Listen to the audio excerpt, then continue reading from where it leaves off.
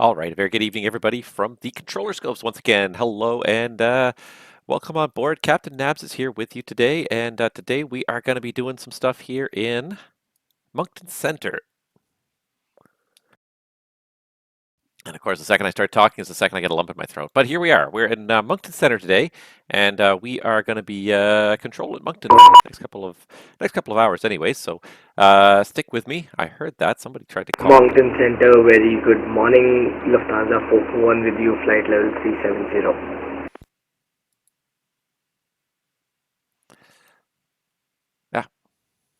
Shoot. Lufthansa 441, stand by. I had your tag for a second, then I lost it 1 second. There it is. Lufthansa 441, good evening. Squawk code 3103.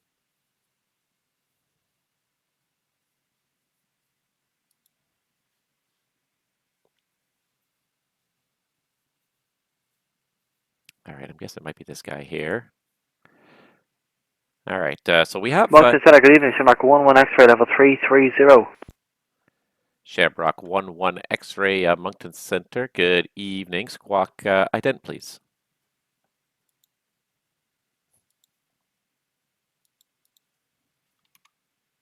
What can I do there for you now for Shamrock 11 X-ray? Shamrock 11 X-ray, Moncton, thank you very much. You're identified at flight level 330. And I accidentally F9'd him when I didn't mean to, so I'm going to put back his old code. There we go. Center, good evening. WestJet 738, flight level 350. WestJet 738, Moncton Center, good evening. Squawk ident. Squawk ident, WestJet 738.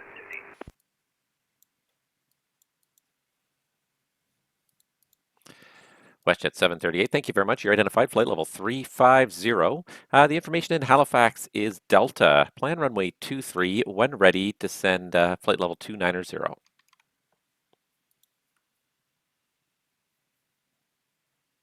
Information Delta with Halifax. When ready, descend and maintain flight level 290. We'll expect runway 23, WestJet 738. All right, so 23 it is for the ceiling. All right. And Lufthansa 441, Moncton, how do you read? Go ahead for Lufthansa 441. Lufthansa 441, Moncton, good evening. Squawk code 310. Oh, you are squawking it. I'm sorry, I didn't even see you change the code there. Stand by 1. No issues, no issues. And Lufthansa 441, you're identified at flight level 370. Welcome. How are you doing, sir? So far, so good. The evening is young.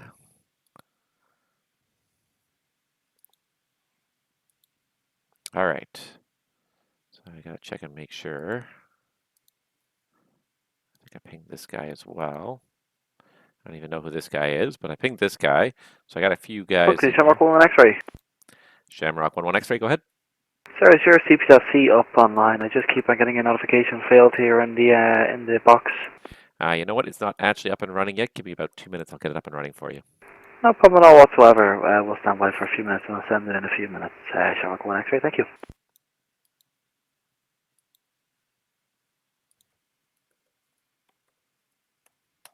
Didn't get the CPTLC running quickly. All right. And Shamrock 11 X-ray should be working now. Give it a try. Let me know if it still doesn't work. Give it a go now, thank you. Shamrock 11 X-ray.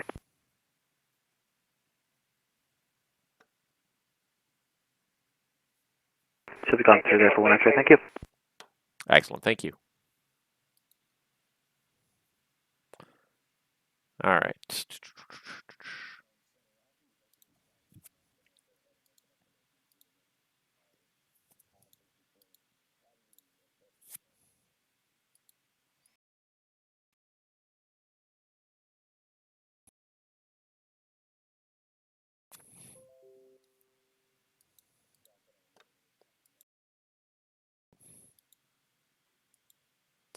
All right, I don't see him yet on the list, but anyways, I'm going to keep that. Oh, and there we go. Shamrock 114 request. Log on. Accept log on. Log on accepted. Beautiful. All right, so we got CPDLC up and running. I don't use it all that often. Depends on which FIR I'm in, because some FIRs do use it in Canada, but some do not. Some are too busy and too small to really make CPDLC useful. But Moncton is one of them. That is quite it's quite useful because it is Moncton, send me United 30 for level 370. United 30, Moncton Center. Good evening, Squawkadent.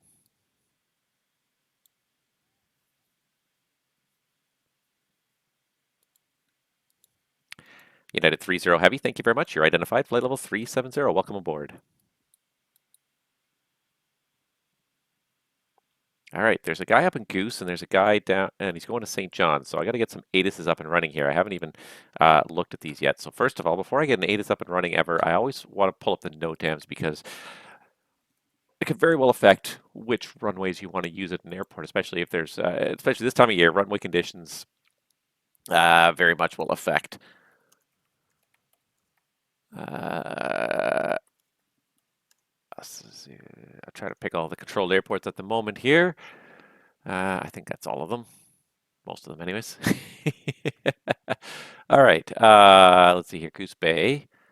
So this guy's at Goose Bay right now. It looks like runway 0826 would be the active because I mean you could use 1533, but it's 333. It's 100% 3 inches of dry snow. Yeah, no one's using that one. All right, so let's see here. I should have Goose Bay. Yep. Let's pull up the weather for Goose Bay. Winds are out of the northwest, so that would give me per 330. I'd probably do runway 26 would be the better bet than 08. Okay, yeah, 26 it is. And let's put the runway conditions for 26 up there.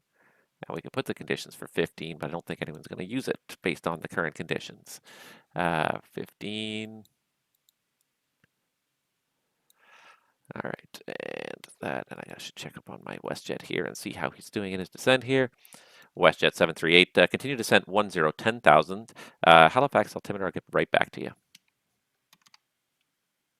Down to 10,000, 10,000, WestJet 738. WestJet 738, thanks. The Halifax altimeter 2963. 263, WestJet 738, thanks.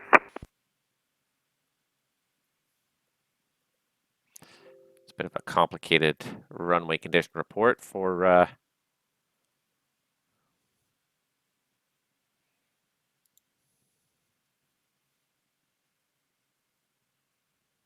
right, I think that's good. Let's put that one out there. Information Alpha's hitting the airways for Goose Bay, and while we're at it, let's just pull up some information for Goose Bay here. So we got at least a ground view, just so I can see if this guy's actually taxiing out. I can give him taxi instructions. There's CYYR.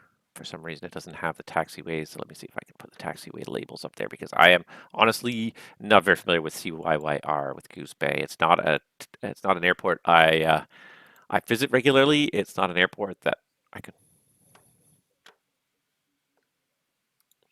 Okay, copy ATIS Echo, thanks. Now WestJet 738, information Echo now current in Halifax. All right, we'll get information Echo WestJet 730, thanks.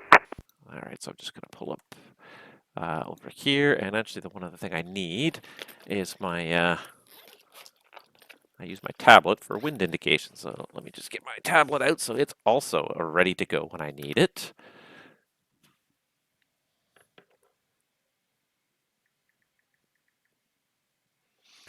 All right, so that's online. Okay, I got that up. Just pull up my spaces here and probably go to, all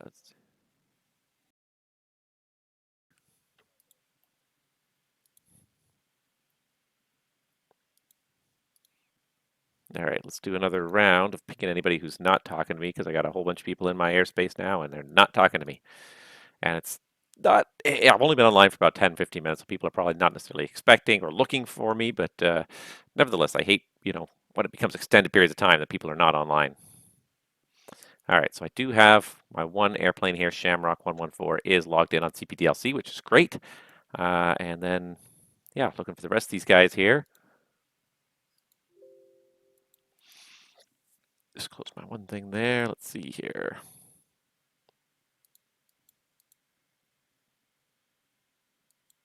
Air Canada 832 at flight level 370. Air Canada 832.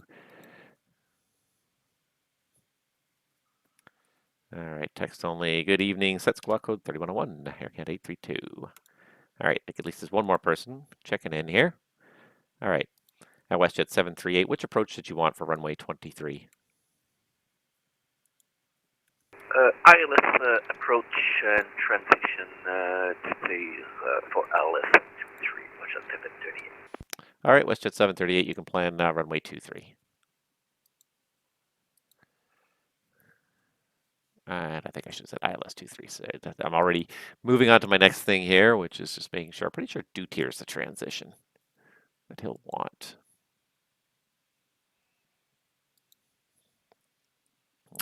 Pretty sure it's ILS 23 via Dutier, is it not? It is. I've done it too many times in my life.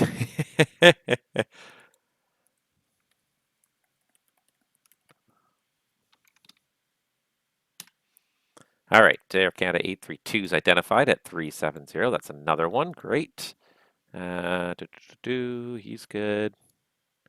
And then I just need these guys to call me, these three guys here. Fortunately, at least they're all at different altitudes, so it's not a big deal if they don't call me right away, but eventually I would like you to call me, please. All right.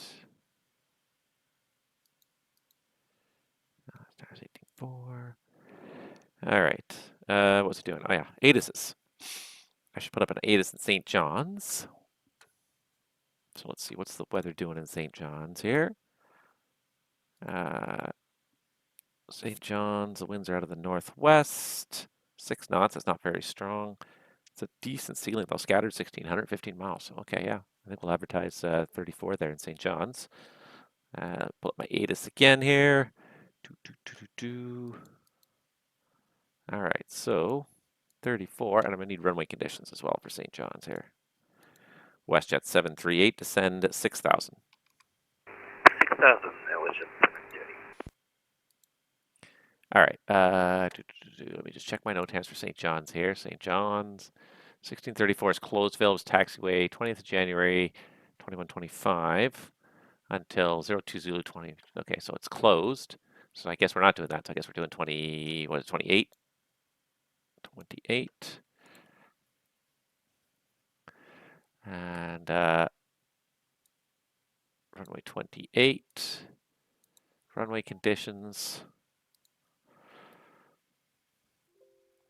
And I'll put the NOTAM up here.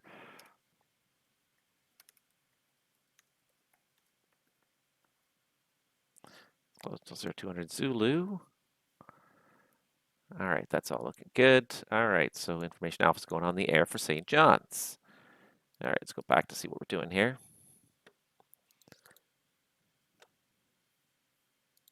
And I'll just do it to him by CPTLC, squawk code 3122.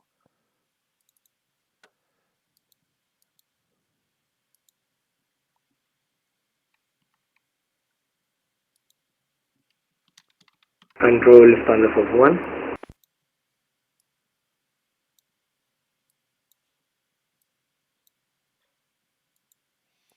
Sorry, somebody was calling Moncton Center? Lufthansa 441. Lufthansa 441, Moncton, go ahead. Lufthansa 117 at flight level 340. All right, first Lufthansa 411, go ahead. Yeah, so we can we get a direct to waypoint 5 to November 040 Whiskey?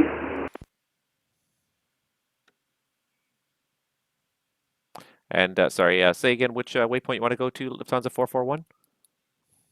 It's 5 to November 040 Whiskey. Lufthansa 441, you're cleared direct 52 north 040 west. Clear 52 North 040 West, Lufthansa 441. Lufthansa 117, Moncton, squawk ident, please.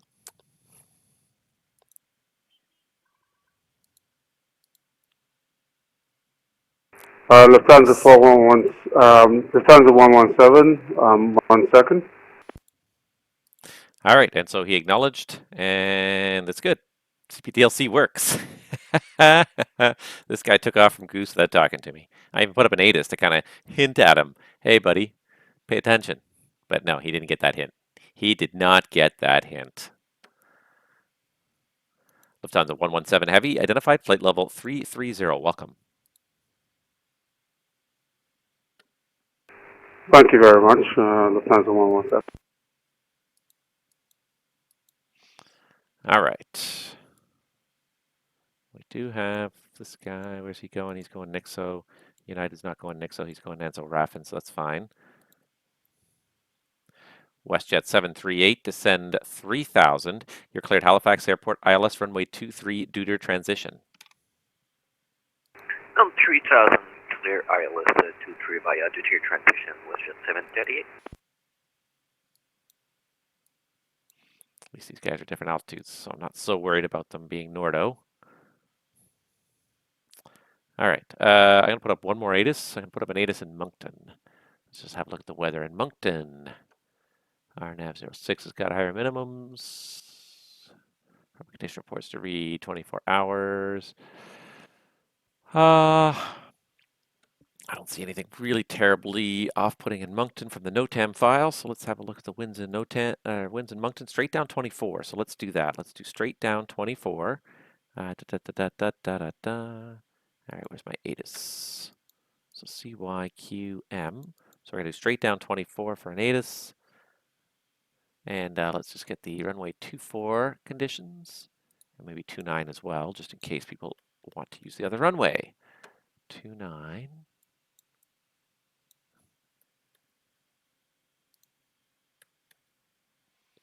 All right, and we just got to format it properly, remove the line breaks that don't need to be there. And then we're good. Information alpha going on the air in Moncton, and hopefully this will attract some pilots here in the next little while. We'll start getting some departures. Looks like we've got, yeah, we just got the one departure out of Goose Bay here. That's probably this guy that's airborne without talking to anybody, because, you know, why would you talk to people? There's a departure out of Halifax. Love it. All right, so now it's starting to, the FIR is starting to look a little bit populated here with ATISs all around. Love it.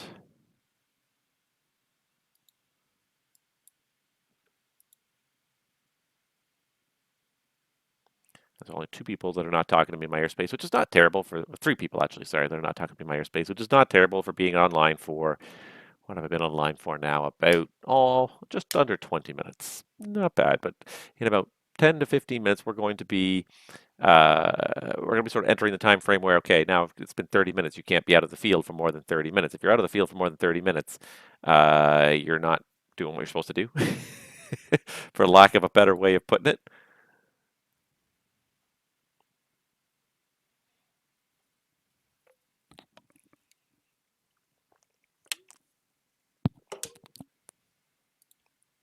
All right. It's nice to have the tower controller too.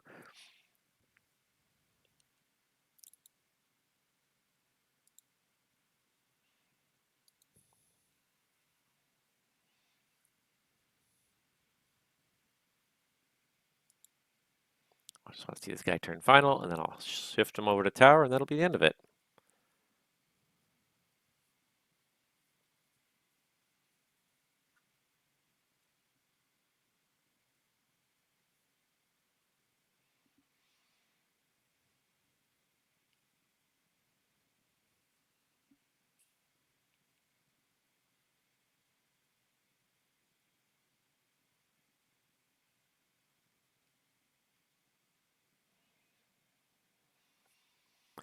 All right.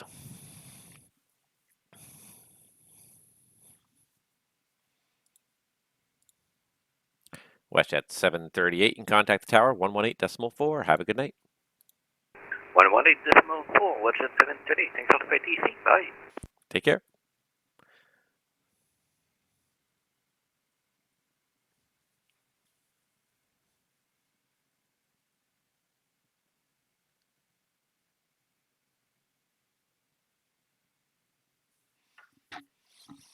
All right. Hopefully something interesting will transpire in the next little while. But in the meantime, guys, if you're watching, you got something you want to talk about, please ask. If you got ATC related questions, please feel free to ask. I'm happy to answer whatever I can. Within the limitations of my knowledge, which are not perfect. I'm not a real world controller, contrary to Google's description of me, because Google seems to think I'm a real world controller, which I find just hilarious. Uh, yeah. My dad did a search a while back. He asked not Google, sorry, he asked ChatGPT all about me, and the only thing ChatGPT could glean from the internet was that I was a controller, a professional air traffic controller, which I just always thought was hilarious, because it's obviously not the case, but you know, it's interesting what a skewed version of the world you get just from viewing the internet and not from interacting with real people in the real world. It's often not 100% correct, to say the least. So let me just see here. I'm just trying to find my chat channel here and make sure my chat channel is at the forefront here. Um, but yeah, if you only glean data about humanity from the internet, it's going to be a skewed version of humanity. It's not going to be totally accurate.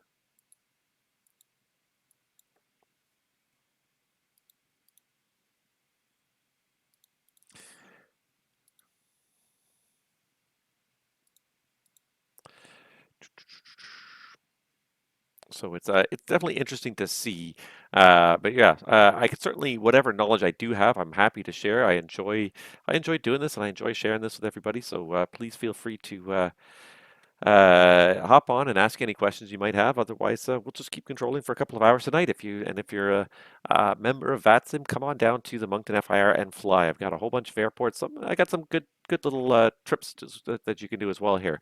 Halifax, St. John's is a little over an hour, or you could do a shorter hop. You could do Halifax over to Moncton, Fredericton, Charlottetown.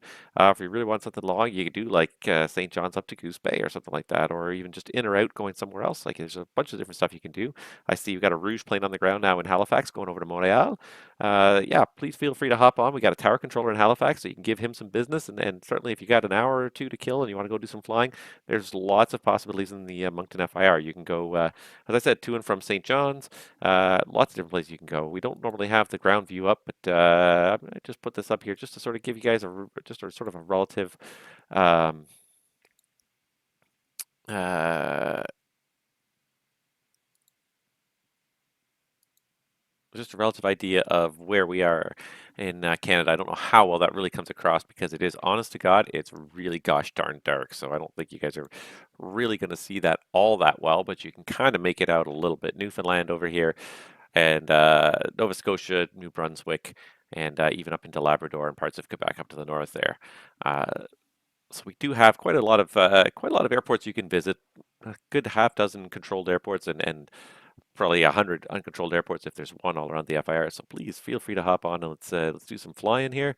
Looks like WestJet has landed now in Halifax there. And it looks like these other two people that are slowly trucking through my airspace are not going to bother calling. It's like, it's one thing if, like, you step away from the computer for 20 minutes or 30 minutes to go in. Moncton Control Delta 227's with you, climbing to flight level 310. Sorry about the delay there. I'm having some icing issues. Delta 227 Moncton, good evening. Squawk code 3106. 3106, Delta 227.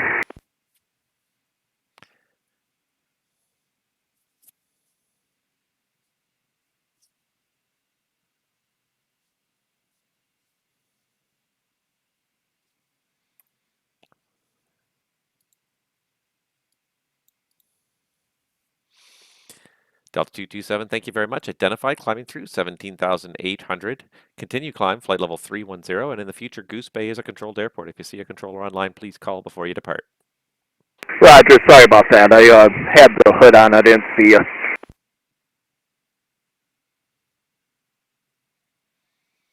Because I saw him, he was on the ground, not going anywhere, so I skipped past him and figured I'd come back to him. Yeah, apparently that was a mistake.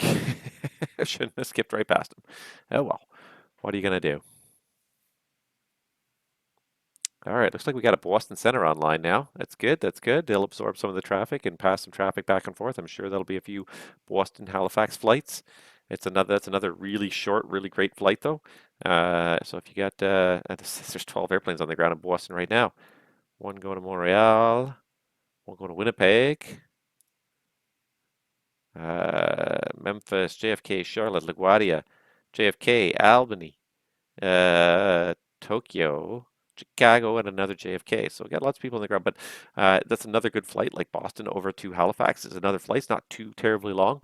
Get some nice scenic views along the eastern seaboard there. Although that being said, it is a bit cloudy tonight. It's overcast in Halifax, I'm pretty sure, and a little bit of on and off light freezing drizzle, light snow all evening in Halifax, but that's fine.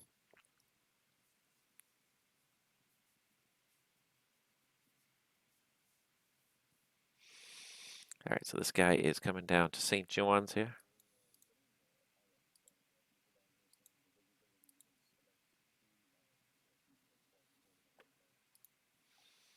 Okay, copy that. I've got no inbounds right now, but if I do, I'll keep them advised. Sounds like a good plan, probably. All right, so Tower says that the PIREPs are that the visibility in Halifax is closer to 3 miles and not the 12 to 15 miles being advertised, which kind of is not an unreasonable assumption at this point. It's always interesting to see, and flight simulation is always a bit of an interesting world because everyone's got a little bit different weather. Microsoft Flight Simulator was really kind of great again for bringing universality to the simulator, and that most people are working off the same platform. And because they provide weather in the platform directly, most people are working off that weather and are likely to see very similar things. But uh,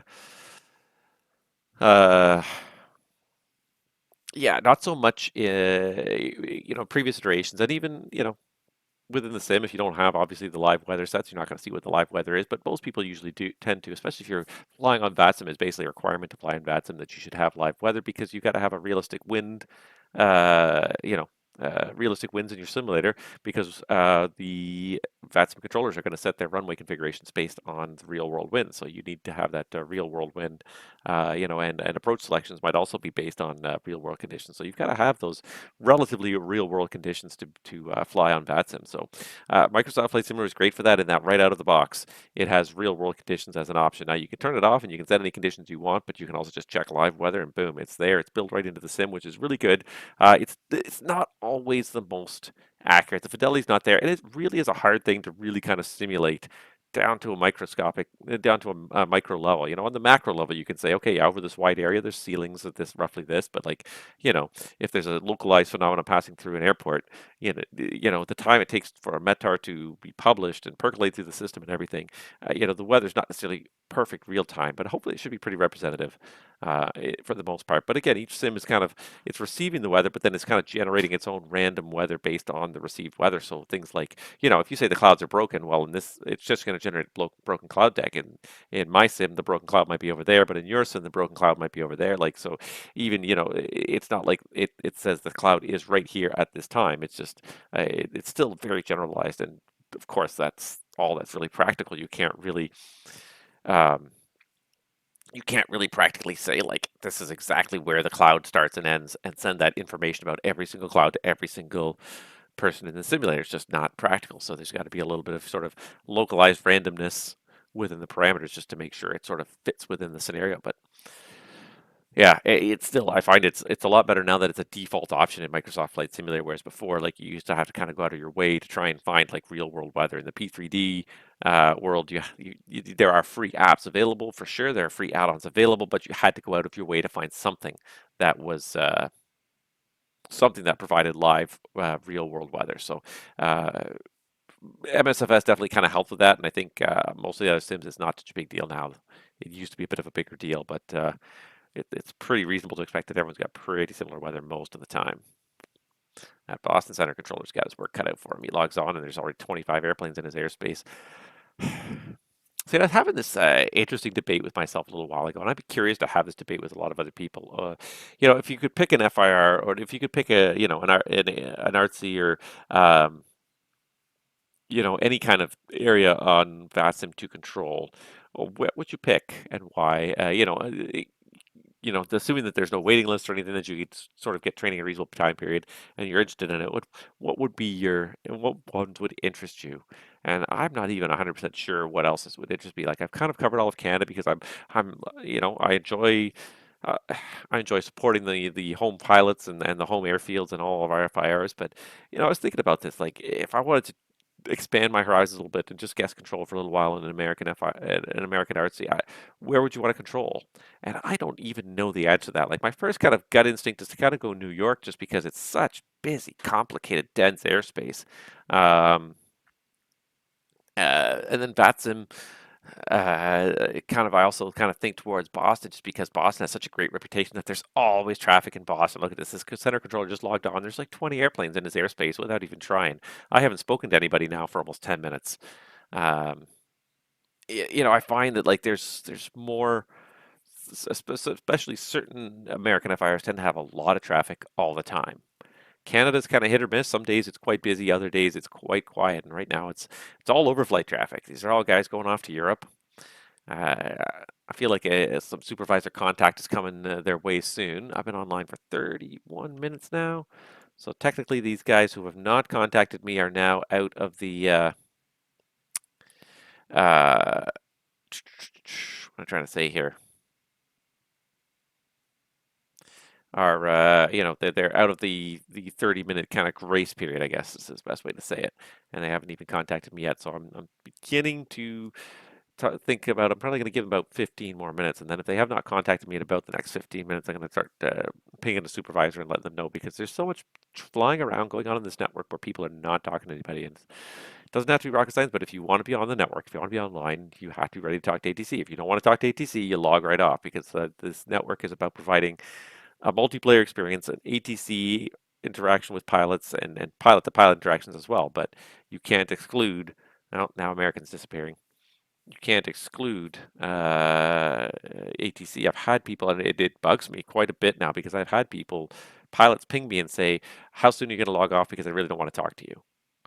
And that's the fact that someone had the gall to say that. I've only had one person say that, but I've gotten that kind of impression more than once, that like people don't want to talk to ATC. Is like, okay, well, that's fine, but then don't log onto the network. One of the biggest reasons to be on this network is to talk to ATC, and I think some people are doing it for like their airlines require it for tracking and whatnot, and so I kind of get that to a degree. But at the end of the day, the reason why the airlines want you to fly this network is because they want you to be flying in a real world, getting some live ATC. So and experiencing, aviation is not a solo pursuit per se. Flight simulation sometimes as a hobby can be a solo pursuit, but in the real world, aviation, you're part of a network. You're part of a system of people moving through the sky, and different people facilitating that movement through the sky, controllers, and of course, in the real world, there's all sorts of different things. There's not just the actual direct ATC controllers, but there's also flight dispatchers and all sorts of other people that work at the airline, whether it be the load control department, the maintenance engineering department, um, crew scheduling. Of course, you're going to have a lot of contact with crew scheduling if you're going to like your part. Any one flight is a small cog in a very big machine. And I think that's part of what VATSIM does a great job of a lot of the time, is that small cog in a big machine kind of aspect. But you have to be willing to participate in the machine. If you don't want to participate in the machine, then log off and just fly the sim by yourself in your basement, and you do that. But if you come on the network, it's an expectation that you're going to talk to people.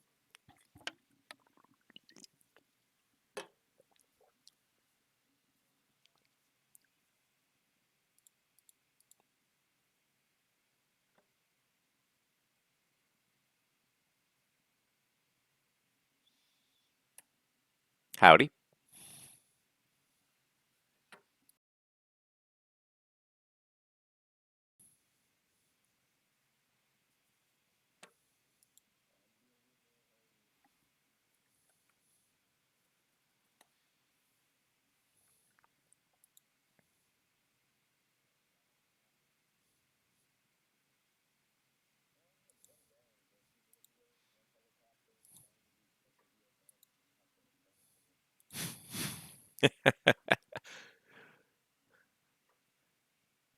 Mostly overflights.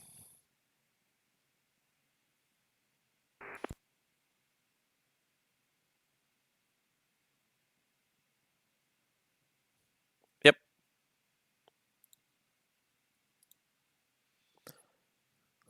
Not much going on.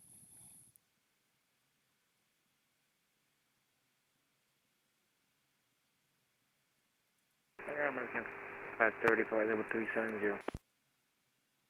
Nice to meet you too. American 530, Moncton. Hello, Squawk, Squawk Ident. Stand by.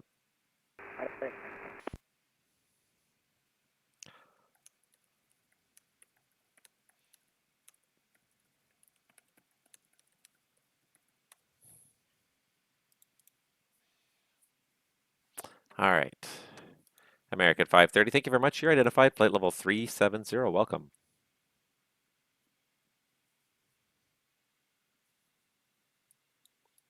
All right, I'm just going to turf this guy to Unicom.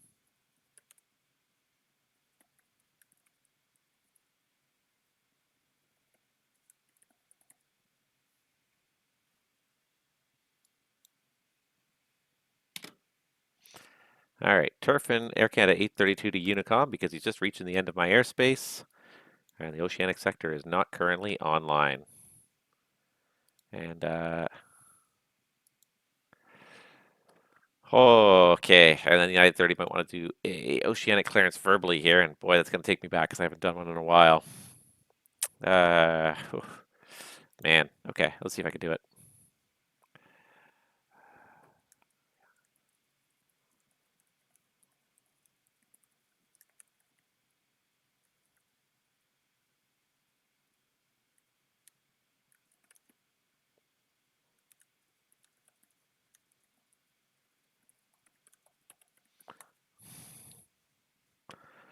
All right. And then did Air Canada 832 answer me? He did not answer me yet, but we'll see what he says in a minute here. All right.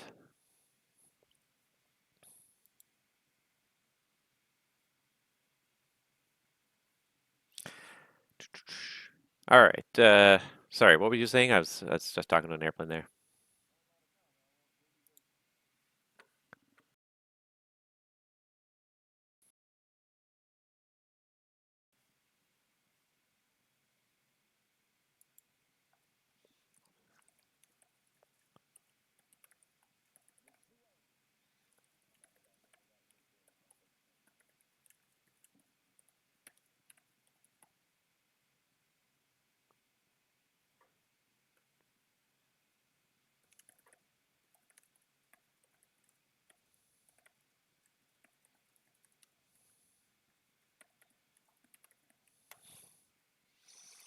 All right. Getting some guys kind of talking in our controller channel now. We got a couple guys that are hanging out in the control room, which is fine. All right, just trying to look and see what traffic I got going on here. Just got the one arrival into St. John's. I've got one guy going into Halifax.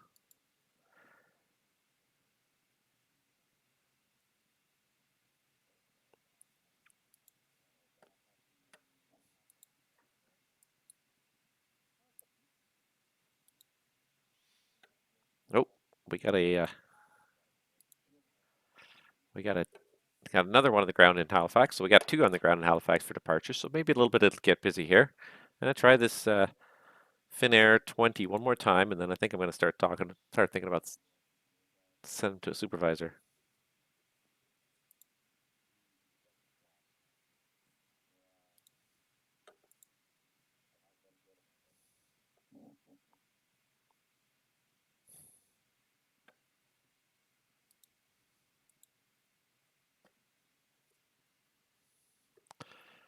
All right.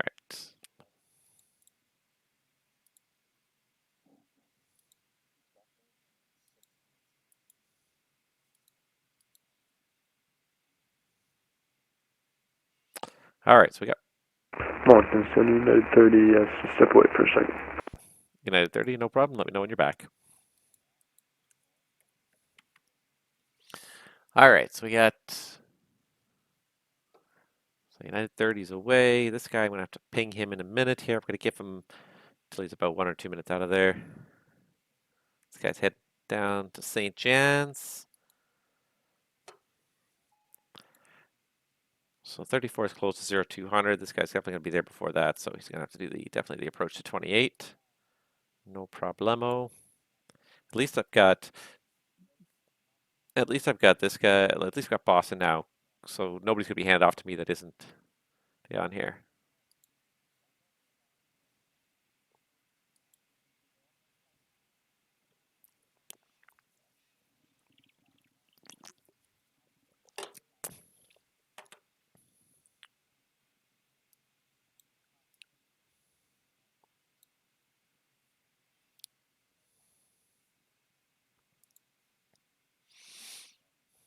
Even.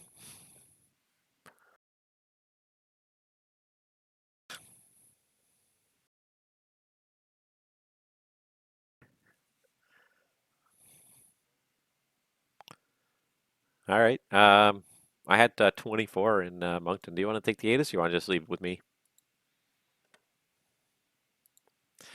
Right now, it doesn't seem like much is going on, so it's 24. It's information alpha right now in Moncton.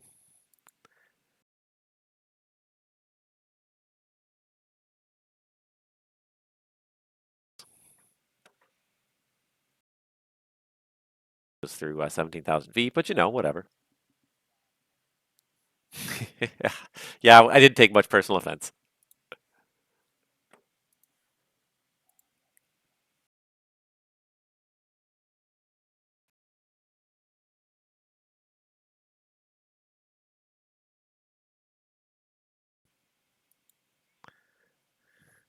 Yeah, I give him.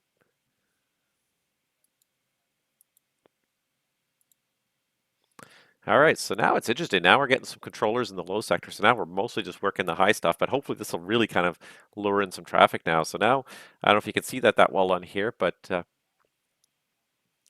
we got Moncton approach, we got Halifax approach. Yeah,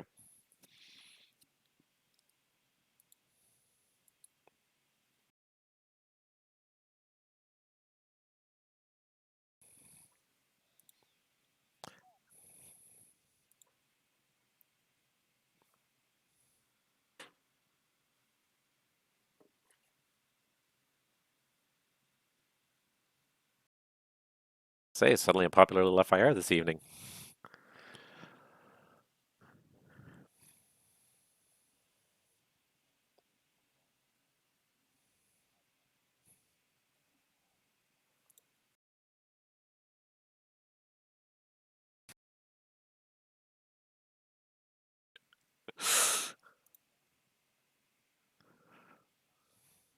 Oh, hold on, let me pull up my schedule. I want to see if I'm around next Saturday. Are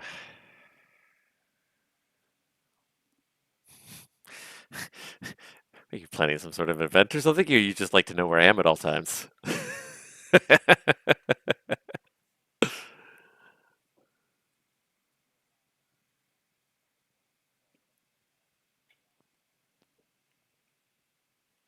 Hold on, I'm looking right now. All right, so let's see. The schedule is land at 2319 next Saturday. So I would not be around, be around probably sometime after 1 Zulu.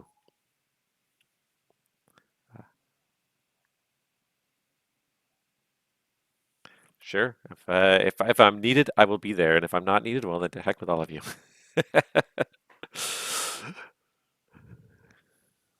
Oh, that's pretty good then, yeah. Hello and aus Deutschland. So I'm going to say that's probably hello from Germany. So good evening, welcome aboard, and I got a whole bunch of Lufthansa's in my airspace here. So thank you so much for checking in and representing Germany here.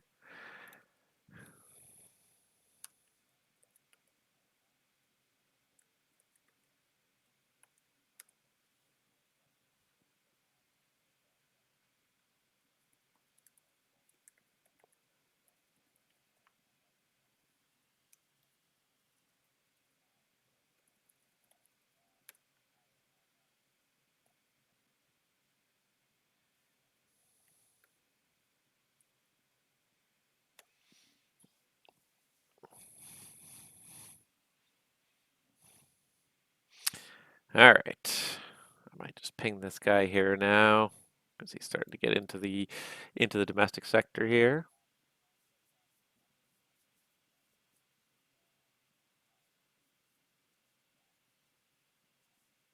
Moncton Center, good evening, United 41, flight level 340.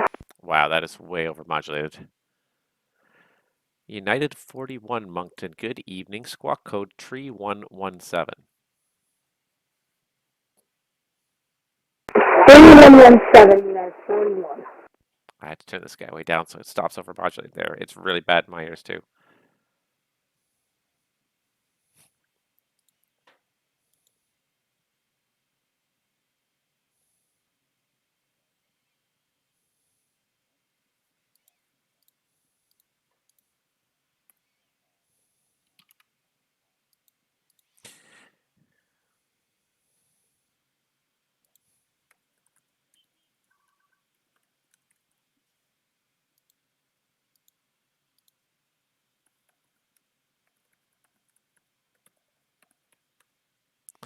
United 41 Heavy Moncton, you're identified flight level 340. Welcome.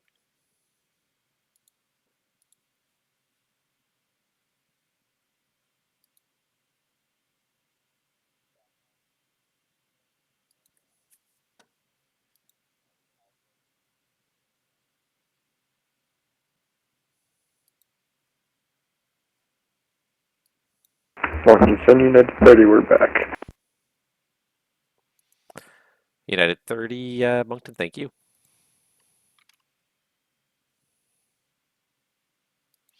All right, sorry, you want the Moncton ATIS dropped?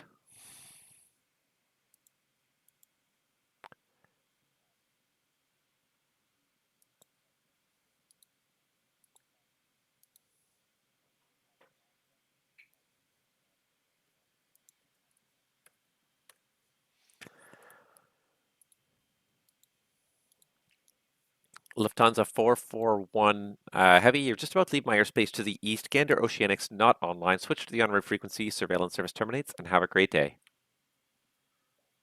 Over to Unicom, and have a great day to you too, sir. And see you again very soon. Take care.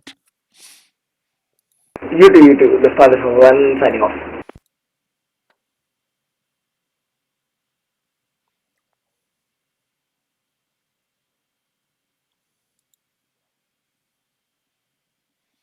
Lufthansa on top. Lufthansa is very popular, especially the transatlantic stuff. It's one of the most popular airlines that seems to be coming back and forth across the pond. I've got Lufthansa 441 over here. I've got Lufthansa 117 over here. I've got a CPDLC request from Shamrock 114. He requested climb to flight level 340. I issued him climb flight level 340, and he said Wilco. I don't even know if I can show you this at all. You know what? And I've never really had to do it before, but it's kind of fun. Let me see if I can add this to my see if I can add this to my screen here. So I'm going to see if I can get a window capture that's going to work with this. Window capture 4. So this is completely me just literally trying to edit this on the fly just to show you messages, CPDLC. Yeah, hopefully this doesn't take up like the whole bloody screen, but there you go, up in the corner. So I'm just going to drop this kind of midway right down the screen there. But that is, I don't know how well you can see it, but that is my little CPDLC window there. So it's actually a separate window on my screen, but I can drag it there on the stream. So it's just above me here. I might even just move it even. So it's right above me here, there, something like that. Hopefully that's not too small that you can't read it. But as you can see, it's just got 3 messages in it right now. So it's got the request to climb to flight level 340. Then I issued the instruction to climb to 340, and Shamrock 114 said Wilco. And as you can see down here now, he is climbing up to flight level 340, or yeah, 340. So yeah, it's a neat system. It does work. But yeah, we definitely have a couple of Lufthansas here. We got the 117 and the 441. So Lufthansa and United are right now in competition to be my most popular airline today. And especially for overflight, like I said, like crossing this sector, you see a lot of Lufthansas coming to and from the U.S. destinations and even the Canadian destinations. So, you know, Lufthansa, It's a fun airline, and it's definitely one that's very well represented on VATSIM. Usually Lufthansa is very well represented. British Airways is usually the other one that's extremely well represented. Now I've got a duplicate code on this guy. Delta 227 squawk, new code 3140. 3140 Delta 227. I'm not allowed to run one until sometime next month when things have been when the new ratings policy has been discussed. Yeah.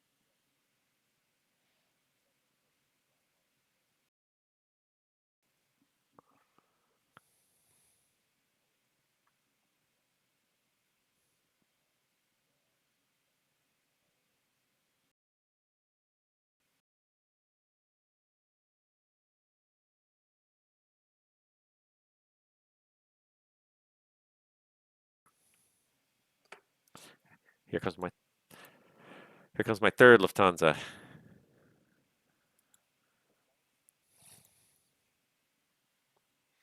Yeah, it was something that never existed before, and most people seem to think it's a really useful tool to have, anyways, to put people through.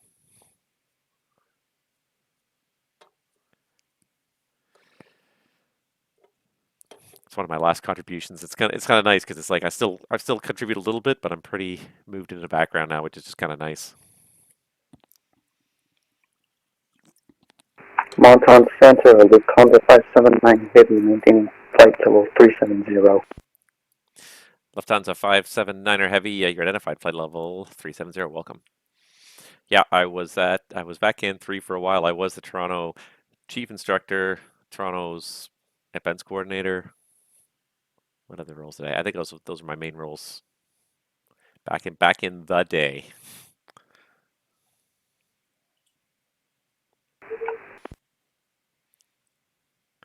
Yeah, it's just nice sometimes just to come on and just control. So,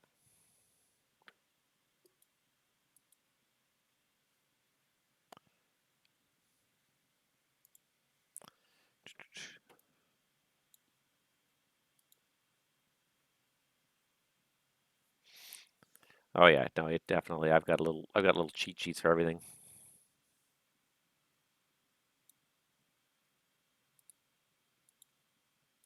Ah, son of a bugger! The list moves right underneath you, and then you get the wrong thing correlated here. Correlate this guy. There we go.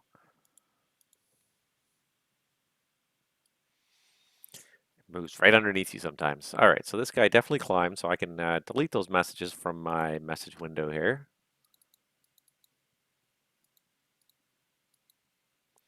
And then it's blank, but it's ready to see any new messages that might crop up again. I'm seeing a duplicate code in this guy's 3136, and yeah, so now we're apparently going to get some pre-files, so we're going to start seeing some traffic coming and going here soon. Moncton Center, good evening. Rouge 1597, flight level 185 for 230. Rouge 1597 Moncton, good evening. Continue climb, flight level 280, and squawk a new code 3136. Okay, 280 and 3136, Rouge 1597. Roger. United 30 Moncton Center. You're just leaving my airspace to the south. You're disappearing off radar coverage now. The oceanic sector's not online. You can switch to the en route frequency. Surveillance service terminates. Have a good night. Switch moving, call me United 30. Thank you, you too.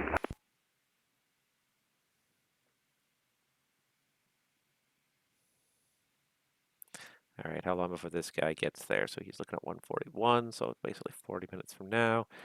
He's still probably a little bit far out. I'll wait till the ATIS hopefully refreshes. He's 250 miles out still, so wait till the ATIS refreshes and we'll get him a new one there. It's not the most exciting sector this evening, but we're getting apparently a lot of pre-files now out of Halifax. So now that there's a whole bunch of controllers online, it looks like there's a lot of traffic starting to file flight plans out of Halifax and other cities here. So hopefully we'll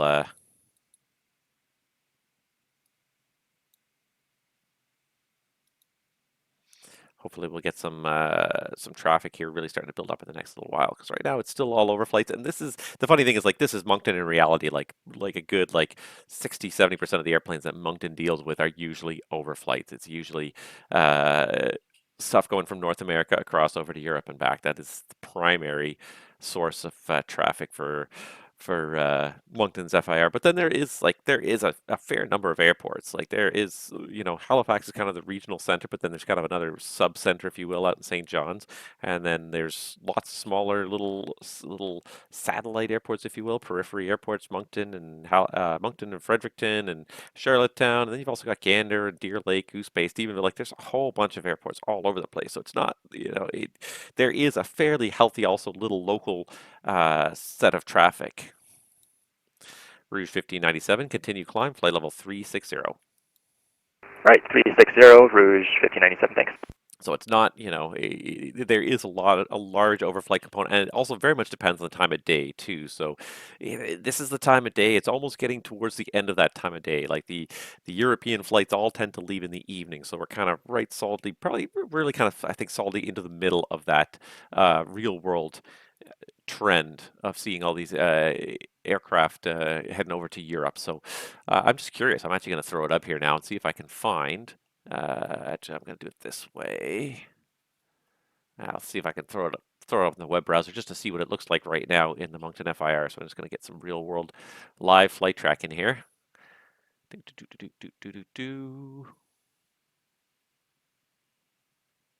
That is not where I am at all, or where I'm interested in looking at. I don't even know why it was showing me that particular airport. Okay, so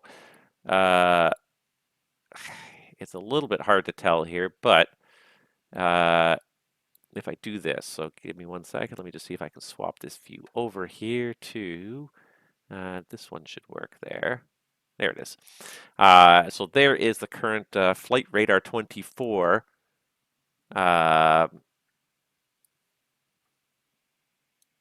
There's the current Flight Radar 24, and you can see, like, kind of off towards the east, like, there's quite a lot of oceanic traffic heading out east right now, and a lot of these especially these heavies here, most of these heavies are going to be overflights off to the oceanic sector. You got your Shamrock, you've got United's Speedbirds coming inbound, FPY 410, I don't know what FPY 410 is, but Baltimore to Reykjavik, it's play. FPY is play. So, a lot of this stuff is all overseas stuff, but there is a few smaller ones here. There's an Air Canada 697 on the ground, St. John's there. There's, near Halifax, there's probably a fair number, but a lot of this is overflight still. This is all mostly overflight. So 90% of what's happening in this FIR right now is overflight traffic. You do have a few local things here and there. There's a Quebec Air 40.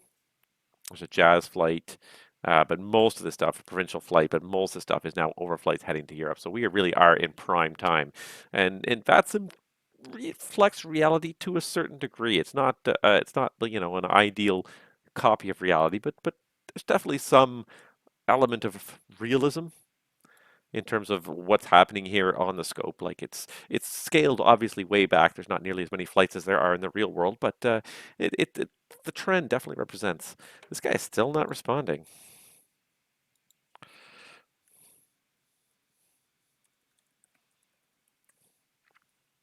This guy has still not responded to me. He's even got a supervisor breathing down his neck, and he is still not responding. So, like, WTF? Like, if you're gonna just set a flight going,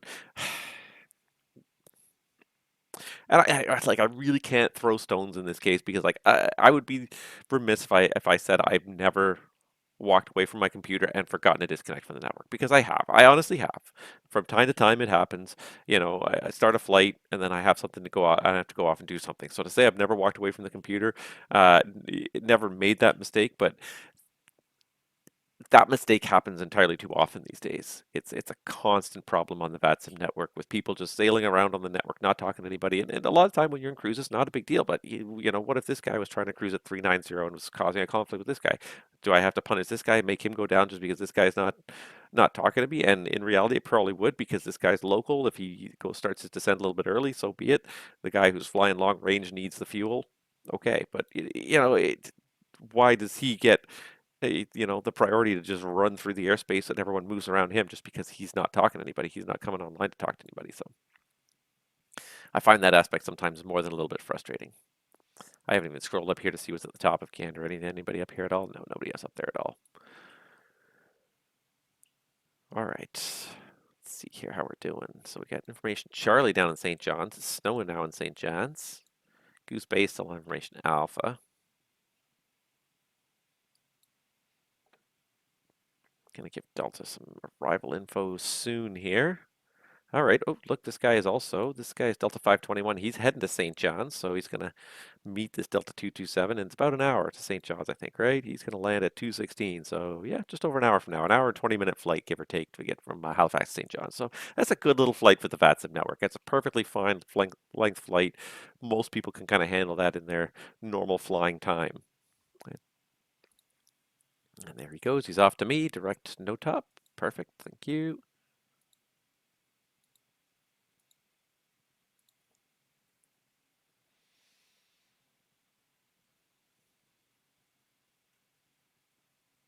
Moncton, send a very good evening, Delta 521, passing 153, coming to 3000 knot up. Delta 521 Moncton, good evening. Continue climb, flight level 280. Continue to 280, Delta 521. All right, so we're going to give him 280 initially because 28 to 29 is the normal low-high split in the high-low split in the Moncton sector. So the high sector usually bottoms out at 29 and the low sector tops out at 28. So in most reality cases, you'll get 28 and then you'll get the rest of the way up afterwards when you change to the next guy. So I kind of like to just sort of keep that. Moncton, Delta 227. Delta 227 Moncton. Yes, sir. After Yankee, Quebec, X-ray, could I have direct GARA? I have in my flight pan direct to Yankee, Yankee, Tango, but I think it would be quicker to go to GARA if that's okay with you. And Delta 227, let's see here. First of all, this information Charlie and St. John's, runway 28. What approach are you planning for runway 28? Yeah, the ILS is good for me for Delta 2227. That Guerrera's initial approach fix coming from the north, I believe, for 28. And Delta 227, yeah, I see that there. You can proceed direct Gara at this time. Roger, direct Gara, Delta 227. Thank you, sir.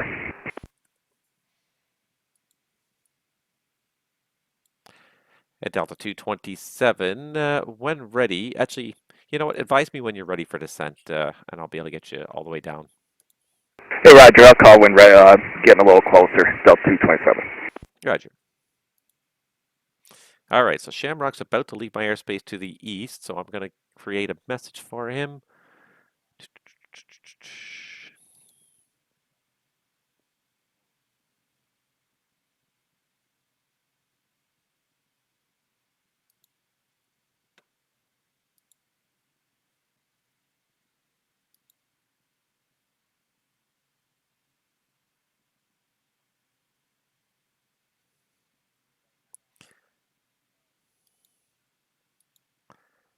And I'm just looking to see if there's a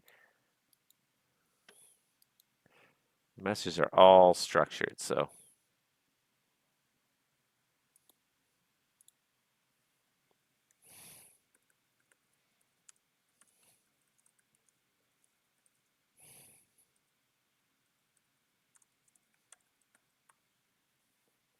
I'm going to send him log off. Thanks for flying and using CPDLC. Cheers.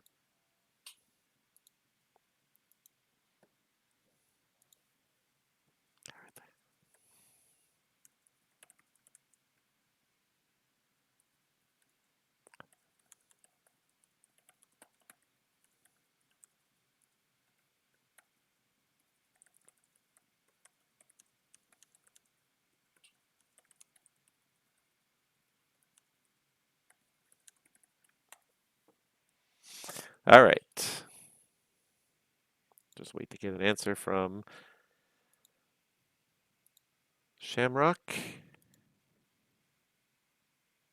And he answered me. He said, "Thanks, you too." So, and if I actually look at my list, he's still logged on. But as soon as he hits log off, then he'll be gone from my list. So I also have a list of all the airplanes that are logged onto my system right now, and he's the only one. This guy's been squawking ident for the last like 15 minutes. Delta 521, continue climb, flight level 310, proceed direct Tigger. 310, Tigger direct, Delta 521. All right, might as well get him direct, get him to his destination. And I always find that a little bit funny about VATSIM. VATSIM is like the flight simulation, especially, is like the one hobby where like you can't wait to be done. The sooner you're done, the better. And it's not that anyone wants to be done, but it's like everyone loves a shortcut. Everyone loves to finish their flight quickly and efficiently, and it's it's the mark of a good pilot, right? So I always find it amusing that like this is the one hobby where you're always in a hurry to get out of here. Well, if I can get direct, that's even better. Then I can get done sooner, and I can go log off and actually go have a virtual beer in the virtual bar at the virtual hotel.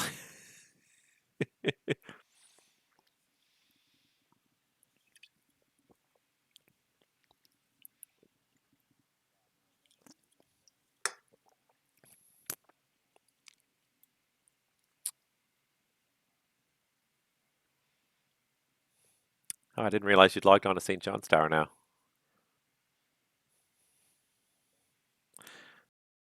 On to St. John's Tower now. Yeah, well, for sure. Do you want the ATIS or?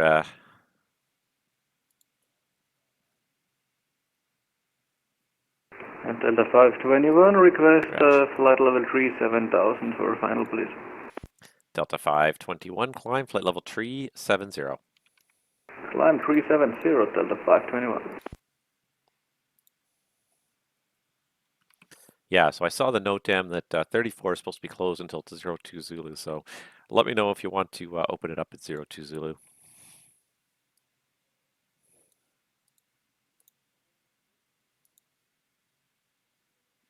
All right, we got Halifax inbound here. Nice. Air Canada 604 coming.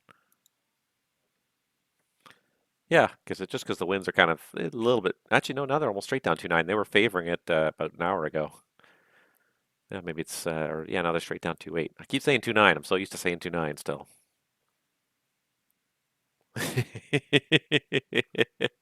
All right, fine. Now I'm bringing up the spaces just to make you happy.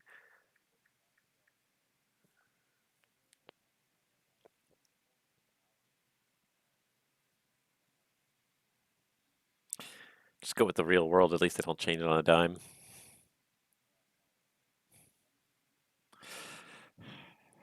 Yeah. Well, and the thing is, especially, and this bugs me, is like NAV Canada is generally a kind of technologically advanced organization. How do they not have digital ATIS? Like what the F, man?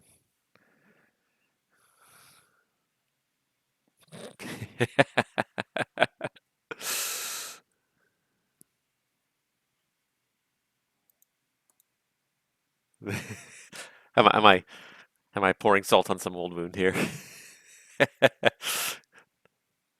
Oh yeah, oh for sure. It's just one of those things. It's like every place in the U.S. you can get their ATIS on an app or anything you like straight from the FAA website, easy. And you can know exactly real world. This is what they're doing. But Canada, no. Yeah, or you could do that, but you don't even need to do that because you can like literally just pull it up on an app on your phone, and in 20 seconds you can have an ATIS without having to listen to the whole thing. But yeah, Canada live ATC is like our only option, and that's if your airport has it. No, Toronto's the one I usually look to, but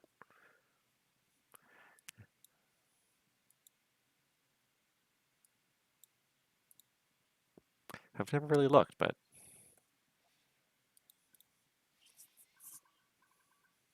oh, and there's the message: Shamrock 114 log off.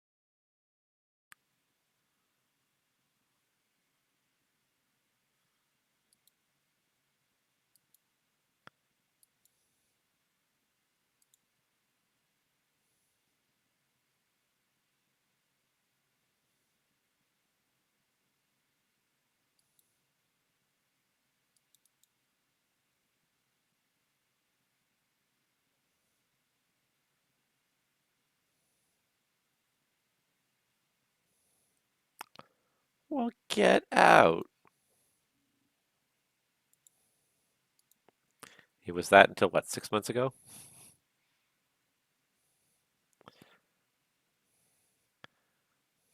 It's hard to. I still want to call it 11:29 all the time.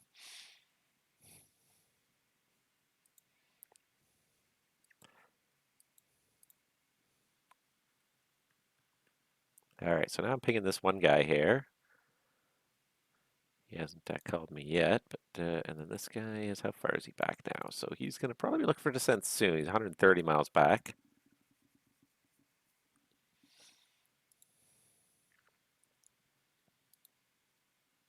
And then Boston's gone again. Boston was on, and then he's gone. He controlled for like 20 minutes, and he disappeared.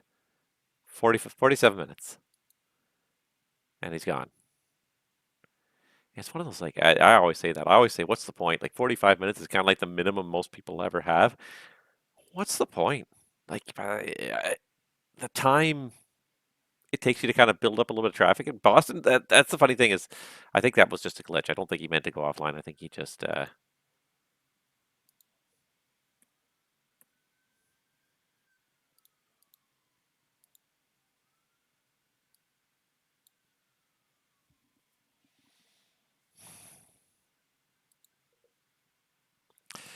Rouge 1597. You can contact Boston Center 134.7. G'day. 134.7 Boston Center, Rouge 1597. Thanks, have a good night. G'day.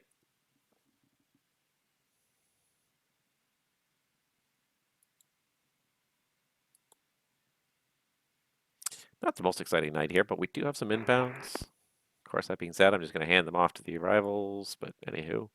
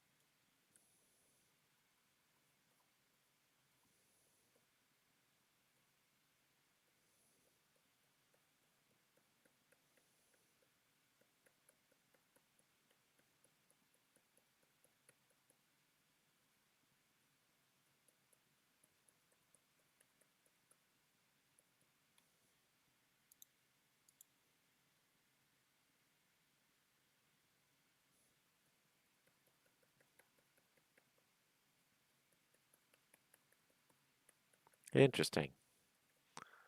Interesting.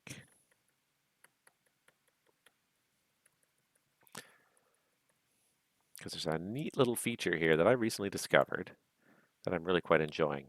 So I don't know if you guys are aware of this, but the SimAware website recently received a nice little update. So let me throw this back up there again for you guys to see.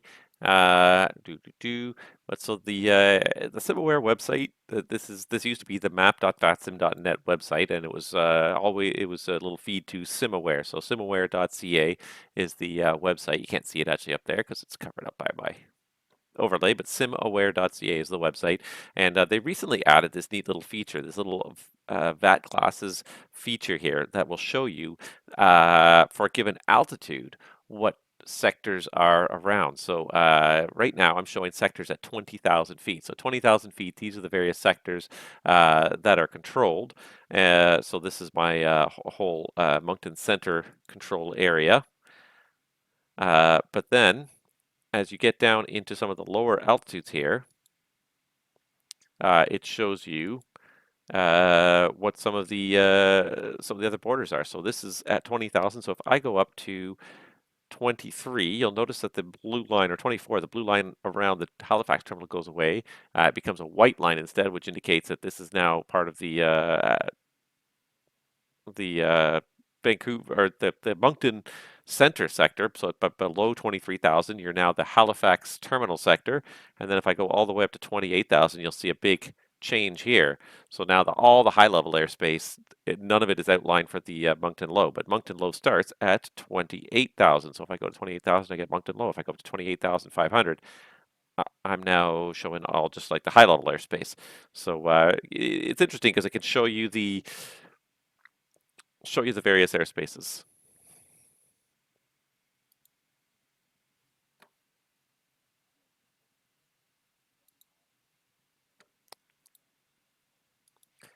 All right, so who is this guy that has been squawking ident and has his ident button stuck on for the last, I don't know how long here.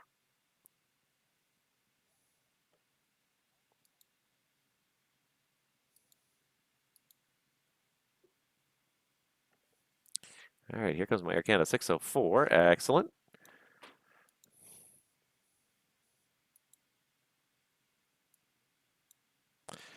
Not going to talk to him at all really about the Halifax arrival information because he's going to go to Moncton low and then he's going to go to Halifax approach, and that's okay. It's kind of it's neat though. Like it's neat. Like as much as I love to do everything myself because it makes it more interesting for me, it's neat to see the whole system kind of work together and different people doing different things.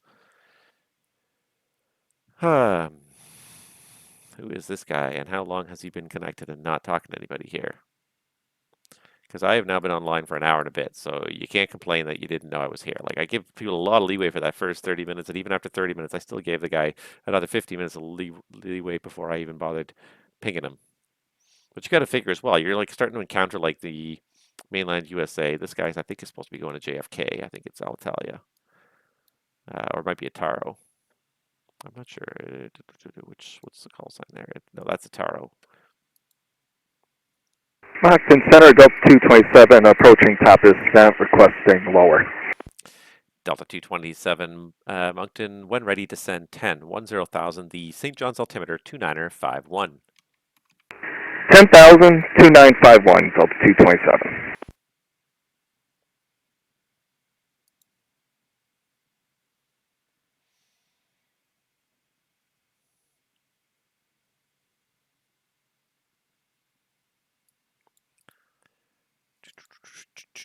I feel like I've already pinged this guy at least 2, if not 3 times. Yeah. And I'm just going to keep on pinging him. Not that I really think it's to make an impact, but when he comes back and he sees like 4 or 5 contact me's, maybe that should be a hint that you shouldn't step away for that long, especially when you're approaching landfall in North America during prime time, like it's evening in North America. Moncton Center, ITR 610 at flight level 381. And Taro 610 Moncton, hello, squawk code 5503. Squawk 5503, ITR 610.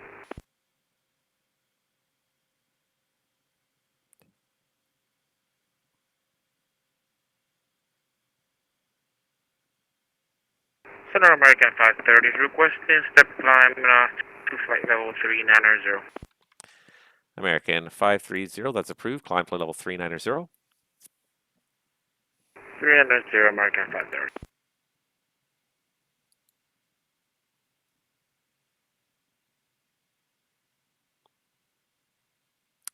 All right, should be this guy. And 64 flight level 0. And Air Canada 604 at 390, hello. It's a little bit, your communication's a little bit choppy. Just check the push to talk there. Roger, apologies, Air Canada 604, how's this? Air Canada 604, that's perfect now, thank you.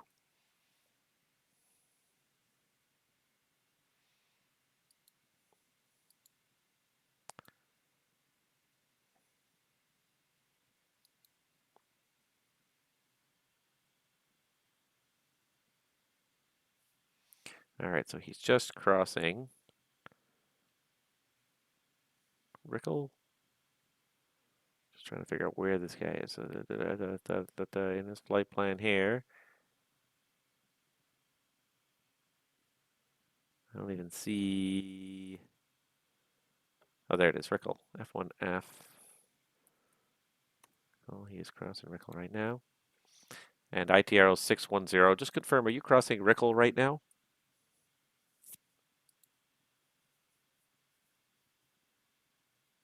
At least he's trying to get a hold of me now.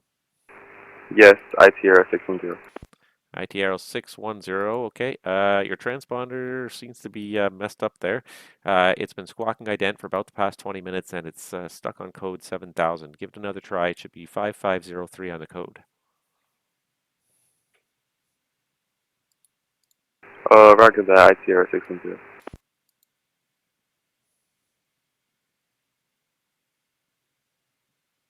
All right, we got WestJet going down to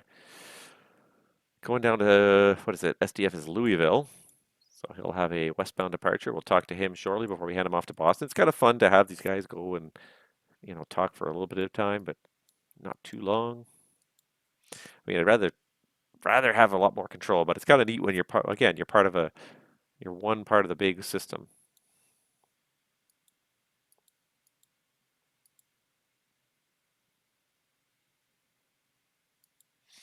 Yeah, this guy, I don't know what plane is he flying? He's flying the A350. I don't know what A350 he's got.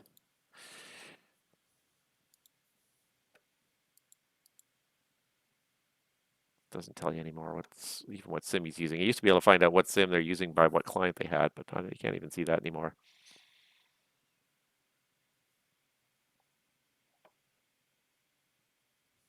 Which is more than a little frustrating.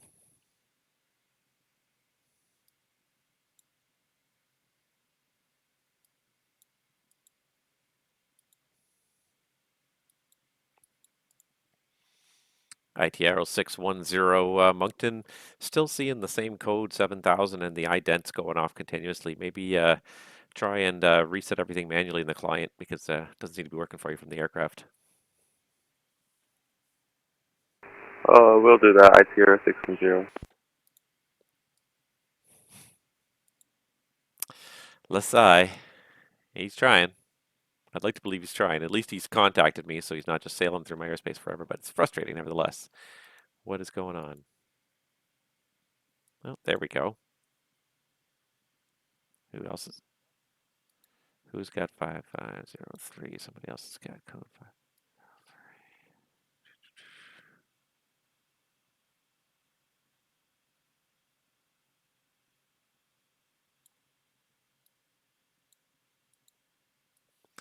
And ITR 610. You are identified at flight level 380 and still showing the ident though. If you can try and toggle that switch a few more times so you can get it to go off, it's a little bit distracting. It's not the end of the world, but it's just annoying.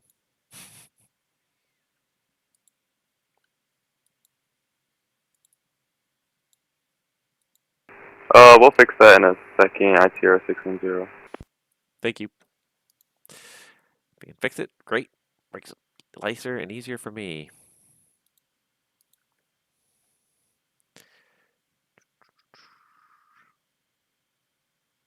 Delta 227 Moncton, descend 3000. 3000, Delta 227. American 530 Heavy Moncton, leave my airspace to the east. The Gander Oceanics not online. Switch to the en-route frequency. Surveillance service terminates. Have a great day. We'll see how the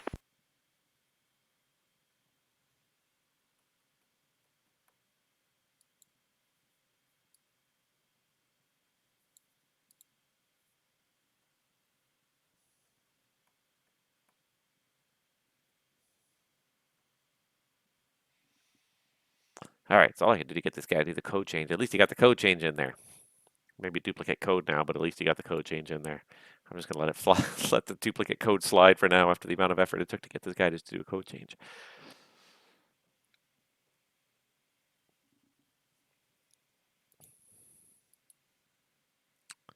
At least one more departure out of Halifax. Going over to St. John's as well, so that's cool. We got a couple inbounds to Halifax here now. Nobody's going into Moncton. We got these couple of guys going into St. John's. Nobody's going to Goose. Well, at least he fixed that problem. One problem at a time. It's all I can deal with. It's not really that busy. I could deal with it more, but it's just sometimes you just take the little victories. At least you got the code change in, so I'm just going to let the rest of that slide. Somebody else wants to make a big deal out of it later, so be it. He's on his way to Alex. All right, that's fine. don't see that as being much of an issue here. Once he starts to turn on the star, he's going to fall right behind him there.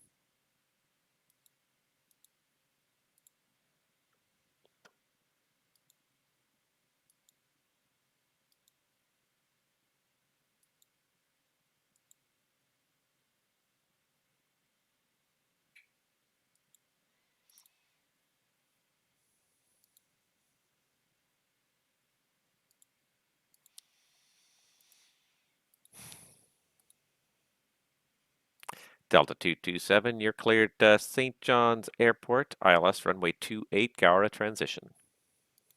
Cleared the ILS 28 Gara transition for St. John's, Delta 227. Delta 227, thank you. Report passing TSOX. Roger, report passing TSOX, Delta 227. I usually lose these guys on radar, somewhere around 10 grand. So I'm assuming I'm going to lose him off radar in a moment here.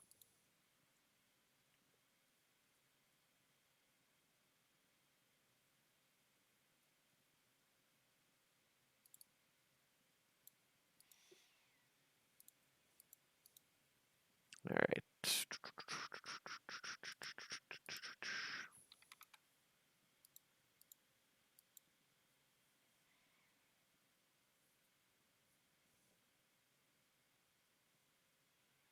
guy's going to cross into Gander's airspace right here at this border. When he does, that's when I'm going to give him all his arrival information. That'll actually put him about 175 miles from destination, which is good. It's a good time to get the information. Moncton Center, good evening. WestJet 932 passing flight level 20.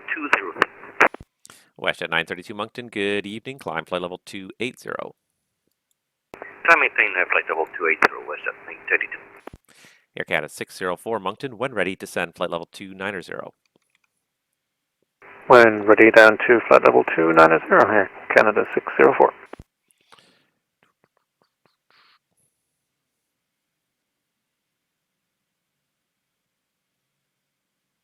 No, maybe I'll keep him to the ground now. I used to have a big radar blind spot around St. John's. I don't know why, but I could never see anybody till they were, once they're below about 10,000. But it looks like I managed to keep this guy today. Well, that's a nice little change.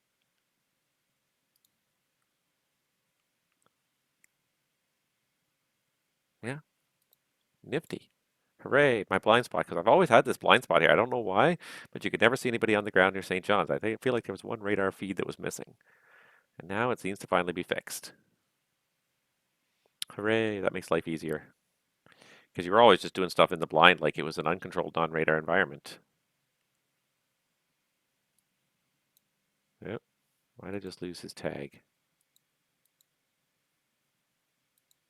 No, I think I just lost him. Yeah, there he is. Through 7,000, I lost him.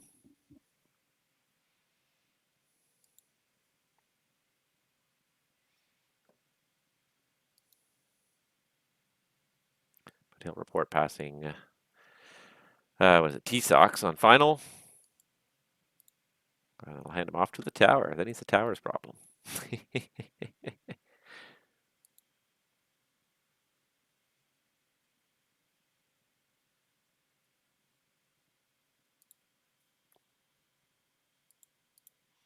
WestJet 932, continue climb, flight level 340. Time maintain flight level 340, WestJet 932. You shouldn't be seeing too much WestJet out here anyways. WestJet is definitely a Western focus carrier now. It's not an Eastern focus carrier at all anymore. Used to be. Quite a lot of WestJet flights on the East Coast. In the last 6 months to a year, they've just cut back on the East Coast stuff almost completely, to the point where there's almost no service in the East Coast at all from WestJet because they're not making money off of it. All the airlines have had to regroup, and in the last year have had to really regroup in Canada and determine where they want to focus, because there is a shortage. There is a shortage of airplanes, there's a shortage of pilots, there's a shortage of available capacity in the airline industry altogether, and it's not one that's easily fixed. The pilot problem is not going away anytime soon. It's been so unpleasant to be pilot for so long that nobody wants to do it. And until the airlines are starting to kind of get the message on this and starting to turn around the idea of paying like ridiculously low wages, especially for the first couple of years, that like everyone like looks at it and says, well, I can't afford to work there for the first couple of years, and so I'm not going to. But it's sort of starting to change now, where airlines are waking up and saying, "Wow, if we want to retain people and attract people, we're going to have to pay more than a minimum wage job for people to go and fly around airplanes."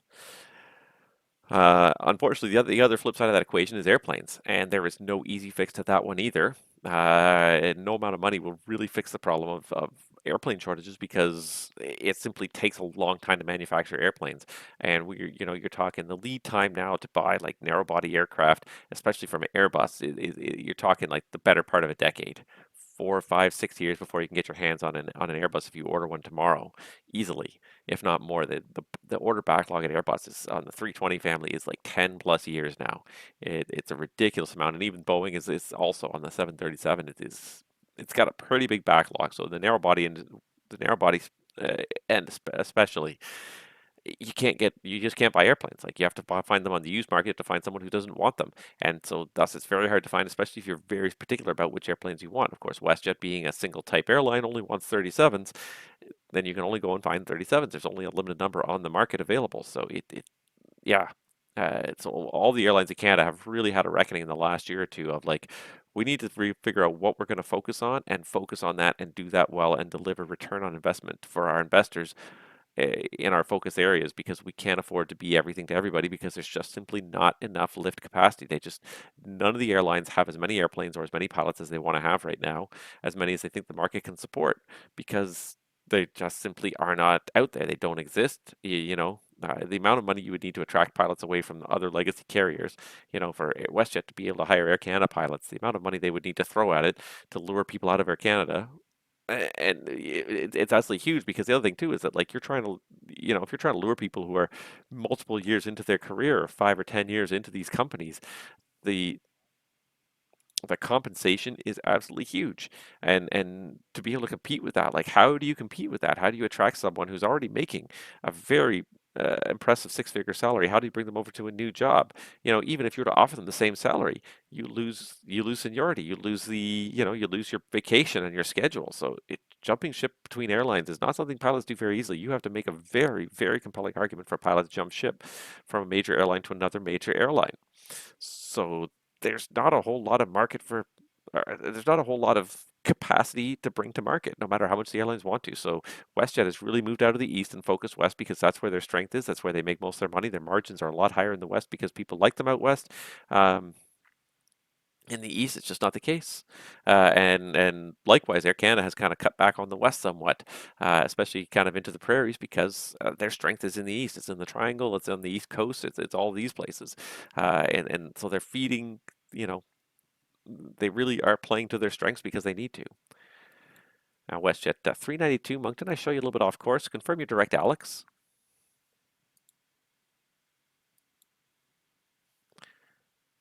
WestJet 932, just confirm your direct Alex, please.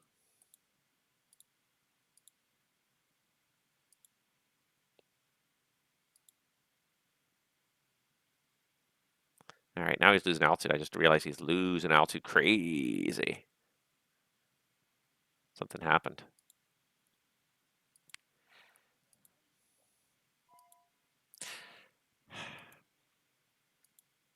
Air Canada 604, stop your descent at flight level 350. I've got traffic ahead that's, I'm not sure what they're doing, to be honest. Roger, we'll stop descent at flight level 350, Air Canada 604. And Air Canada 604, vectors away from the traffic, turn left 30 degrees. I'll have back to MUVOX for you shortly. Turn left 30 degrees, Air Canada 604. Thank you. The traffic's over at your 1 o'clock. They're about 20 miles away. They seem to be having some control issues, so I don't want you getting too close to them at all. Roger. We'll just turn left here for a second, and all good. We'll let you know if we have traffic in sight, Air Canada 604. Thank you. And they just disappeared off the network. I'm just not sure if they're going to come back, so I'm going to give them like about 2 minutes here before I turn it back on course. And Air Canada 604, resume your descent to flight level 290. And we're resuming descent, flight level 290, Air Canada 604. Roger. Moncton Delta 227's over TFAX. Delta 227, thank you very much. You can contact the St. John's Tower now, 120.6. Good evening. 1206, thanks for all the service. We'll see you. All right, Delta 227 is not my problem anymore. Passing the buck. That's all I do. All right, Delta 227. I'm going to get rid of his flight plan there. Perfect. Not my problem anymore.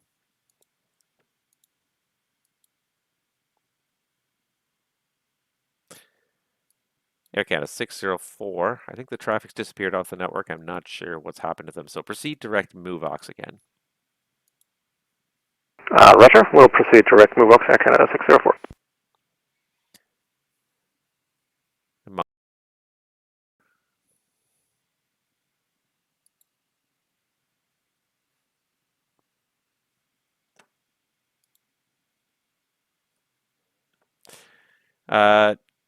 The Air Canada 604, I gave him a little vector jet that just disappeared, was getting a little erratic there. So he's back direct MoveOx now. I'll give him to you now. Oh. Yeah? Okay.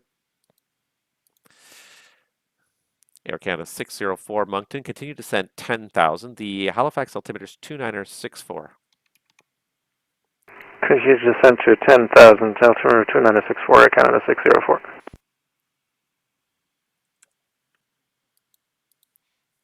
There. And Air Canada 604, the information is Halifax is Foxtrot, plan runway 23. Roger, we'll plan runway 23 and we'll get information Foxtrot, Air Canada 604. Go ahead.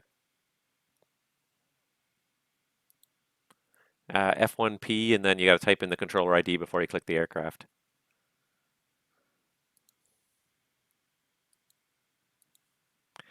Delta 521, information in St. John's Delta, plan runway 28. Stand by 1.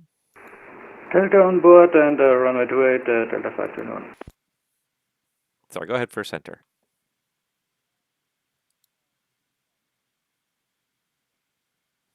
That's approved. All right, so terminal was asking me provincial direct Silro, and that's good. Delta 521, how far back is he from? Yeah, okay, good.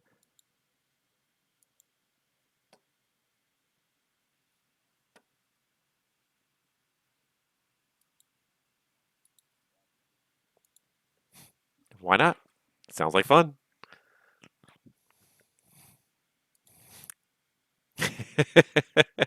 Some pilots are crazy like that.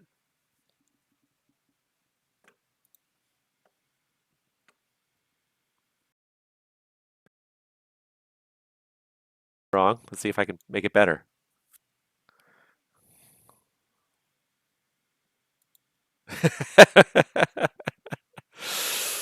Okay. Delta 117 Heavy Moncton, you're just about to leave my airspace to the east. Gander Oceanics not online. Switch to the en route frequency. Surveillance service terminates, and have a great rest of your day. Did I say Delta? I didn't say.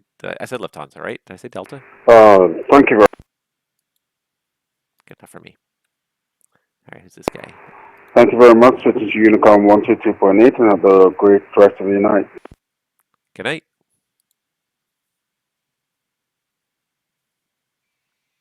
All right. This guy's going to go into Boston Center at tops. Hopefully Boston Center's still there. I hate handing you people to Unicom. I mean, you do it when you got to, but I would much rather hand them to another controller and have just the continuous ATC as long as possible. Moncton Center, Scandinavian 927, that retreat cruiser about Mexico. Scandinavian 9027, Moncton, hello, standby. Let me just find your flight plan here. Ugh, I hate when I can't drag it.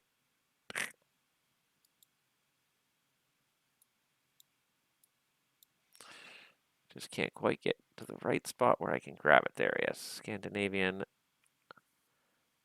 And Scandinavian, confirm again the flight number?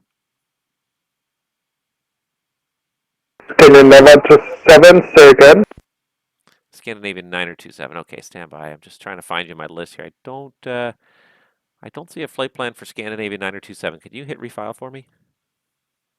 Stand by for refile of Scandinavia 97. Thank you.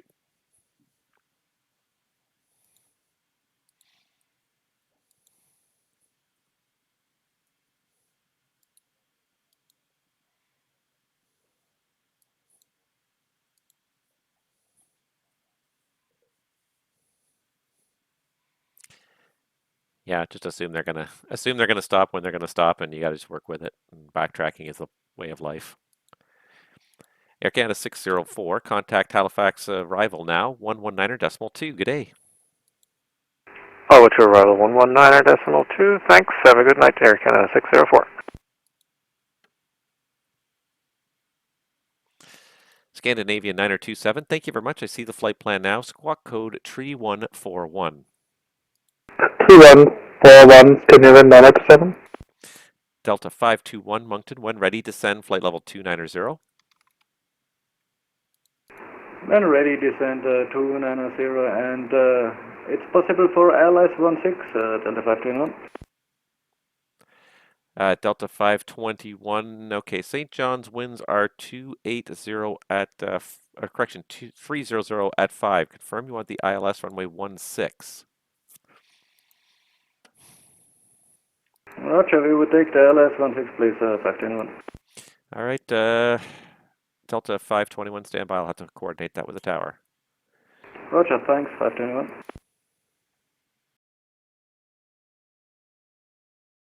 Center, Gander, Moncton, whatever one you want.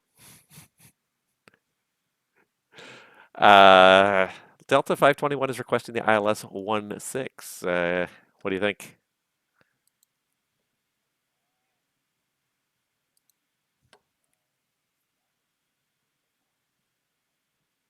Yeah, I gave him the last Metar wind and it was tailwind, but he seems to want it. So okay, if you're okay with it, I'll give it to him. Cool, thank you. Scandinavian 927. You are identified flight level 320. Thank you.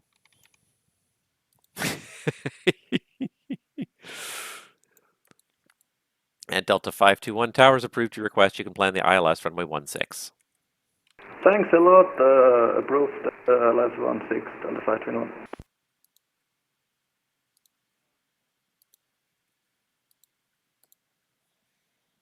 All right, got another one going across to St. John's. This one's a -8, so it's going to be a little bit longer, but it's not impossible to do for sure. And then I'm trying to figure out when am I going to pull the plug. I will probably pull the plug in about another hour or so here. It's you know, I'm having fun, but I don't have all night. I got to get up kind of early tomorrow, so I don't want to stay up too late tonight. So yeah, we'll see how this goes here. So he's on the Tigger 4 arrival, so let me just... Bug Center, good evening, Control 225, climbing 17,000, flight level 230. Provincial 2258, Moncton, good evening, continue climb, flight level 250. K3 up to 250, Control 225.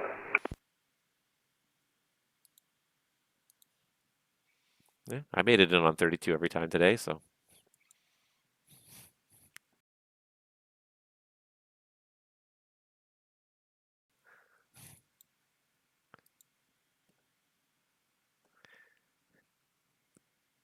All right, let's see here.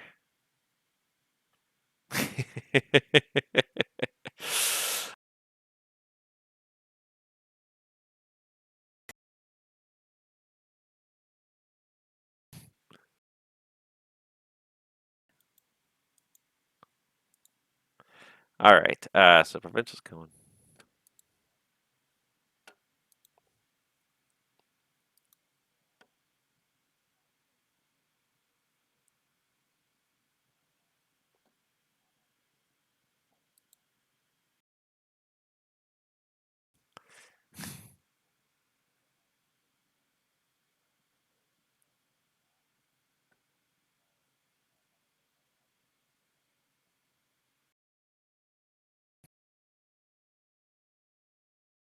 Website.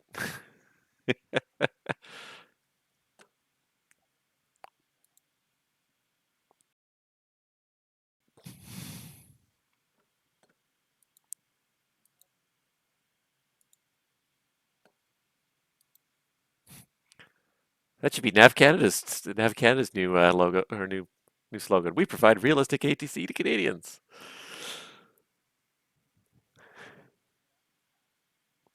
Delta 521, descend 1010,000. The St. John altimeter 2951. Yeah. Descent 10,000, altimeter 2951, Delta 520. Yeah, it seems like you're just opening another can of worms you don't need to open.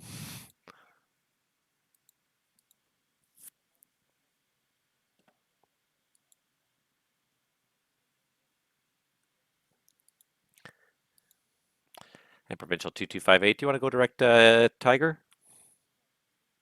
And 225, we got to go through Silro there just for the 50 mile rule. Okay, fair enough. Stay on course, Silro then. Roger, thanks for the offer. No problem.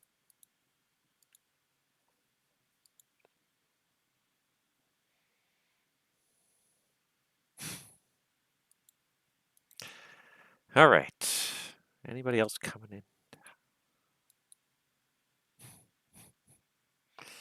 We got another inbound to Halifax, but it's way out there. It's a long way out there. So I think when these guys go into St. John's, that's going to be kind of the end of the activity for the day.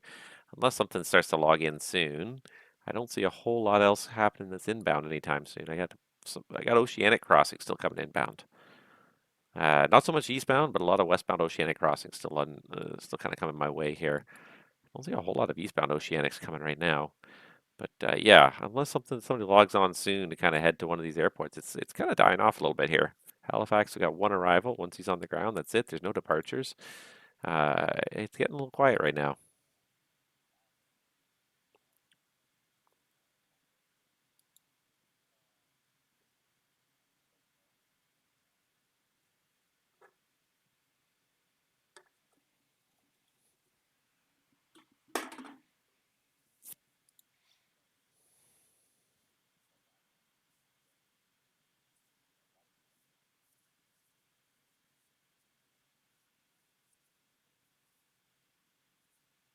So I guess they don't have life vests on board, so they have to remain within 50 miles of land, which is why Silro is this important waypoint right here. Everyone has to fly over it because it keeps you 50 miles from land along here.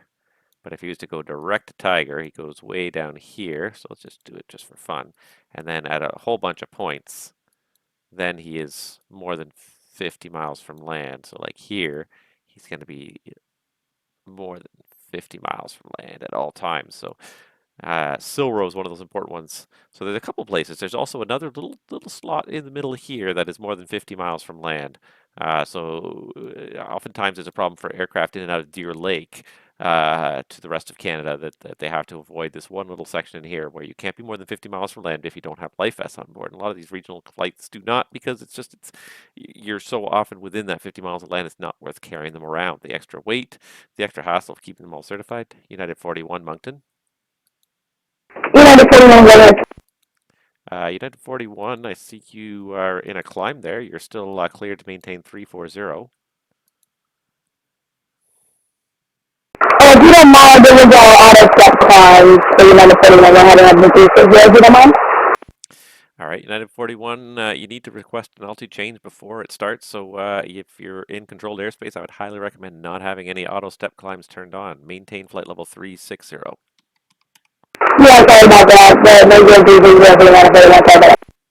He's also really loud and overmodulated. That mic gain is way too high.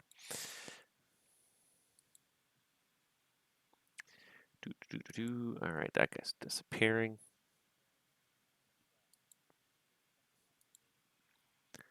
All right, 341, so he's about 45 minutes out. So 341? No. Really? No, there's no way it's going to take him till 341. I mean, he may be a dash 8, but come on. I mean, I guess. Oh, there's no way I'm sticking around for 2 hours. Is it really going to take Provincial 2 hours to get from Halifax to St. John's? I guess, maybe. I'm so used to flying jet speeds now. Tom and GT, good evening. Hey, sorry, I didn't even see your comments there. I'm sitting here looking at the scope. My volume is very low compared to other aircraft. Don't use that United 41 as a judge. He was ridiculously overmodulated, but I can turn my mic up a little bit. Let me check, and yeah, Actually, you know what? It is really quite. I'm not sure why that's so quiet. Hold on. I'm looking at it now, and I can see like the gain is. I got even if I max out the gain, it's not that great. Hold on. Windows has a tendency to adjust mic volumes without telling you to. I've had that happen in the past where it just cranks the mic volume way down for no reason. Let's see here.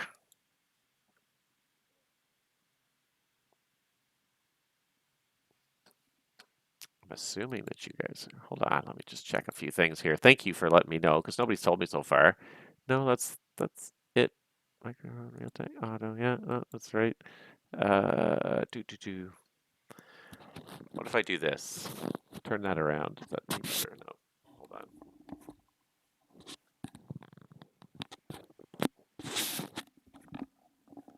Check. Is that any better? No, it's not any better still. I can see the mic level. And I can see what you mean now. Is it better? Okay, because it looks like it's still not coming up that loud. Like I can often get into the red zone, and I don't know why it's not.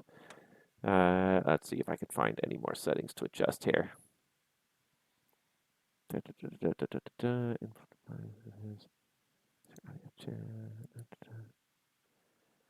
See, and like I hate Microsoft's like new control systems. Like Control Panel is the superior system still to all of Microsoft's setting apps. Like everything was like where you could find it. Like now it's still everything's so Apple-fied. You cannot find actual settings anymore. It's like, oh, here's the adjustment of picking your audio device in the setting, and that's it. That's all you get.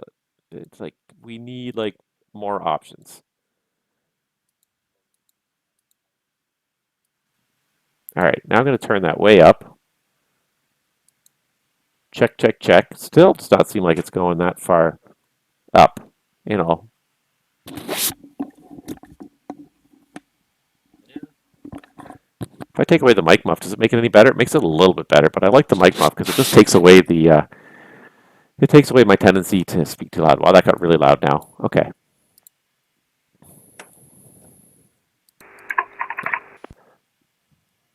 Yeah, that one United aircraft is really loud, so don't judge him. But yeah, by all means, it was coming out a little bit quiet. So yeah, I turned up the gain on the mic overall. So hopefully that's not too distorted. That's the other worry I always have is that it gets distorted. Delta 521, descend 5,000. Descending 5,000, Delta 521. All right.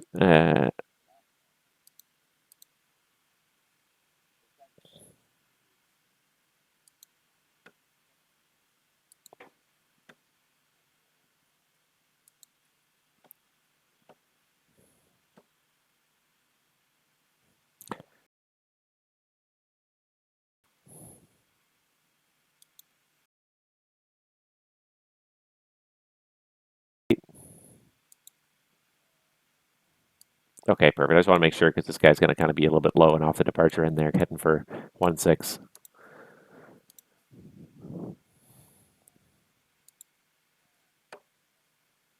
Yeah, as long as you don't have any departures, just let me know if you get a departure off 2.8 in the next 5 to 10 minutes.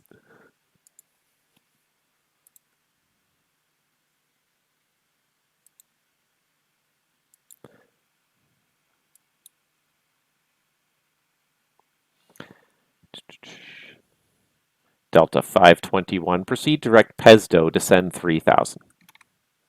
Direct Pesto and down to 3,000, Delta 521. All right, I'm going to lose him off radar here momentarily.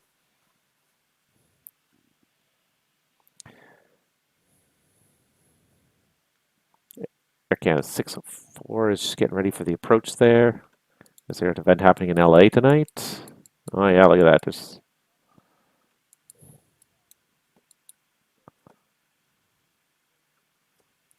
nice. 382 flights within the Los Angeles. Oh yeah, they got 7 centers. Holy jeez, look at that.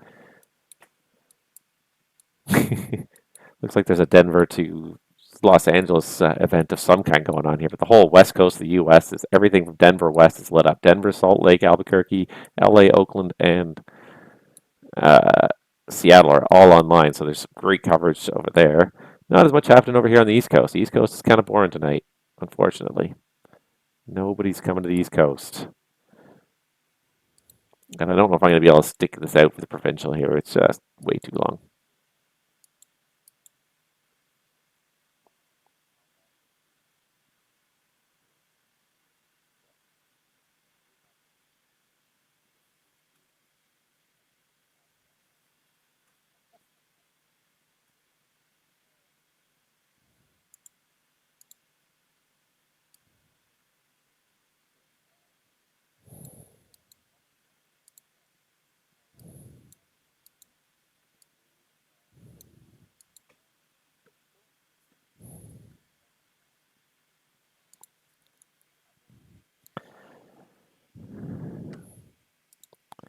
Delta 521, cleared St. John's Airport, ILS runway 16, Pesdo transition. Cleared LS16, Pesdo transition, Delta 521.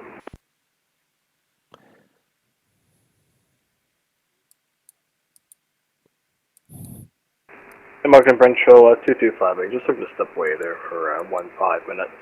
Got something on stove. Provincial 2258, that's approved. Let me know when you're back. Yeah, give me a show when I'm back there for 225, I think. All right, put him AFK for a little bit.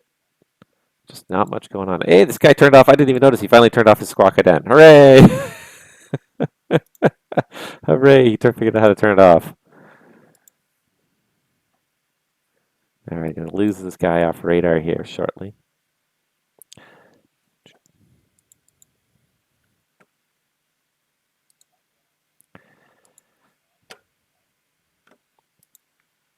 Delta 521, Moncton, you're disappearing below my radar coverage. Surveillance service terminates. Report passing Aaron. Roger, and we'll report passing around Delta 521.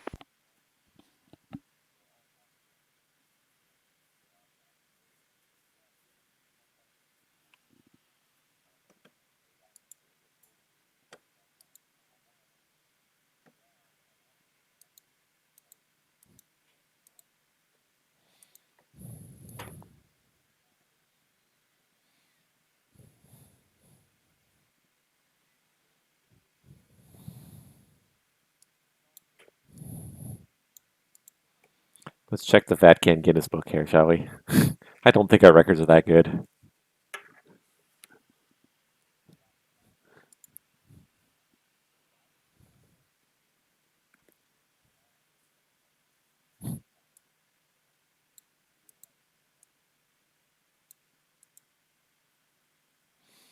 All right. Yeah, it's not a very exciting FIR tonight.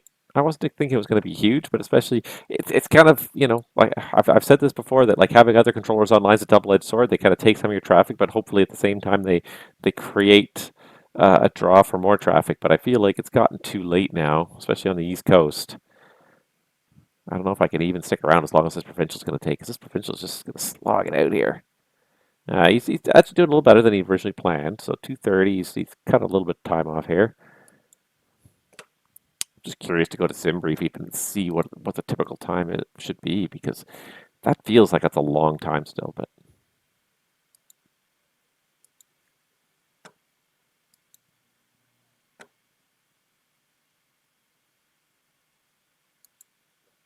wow, I guess I never use.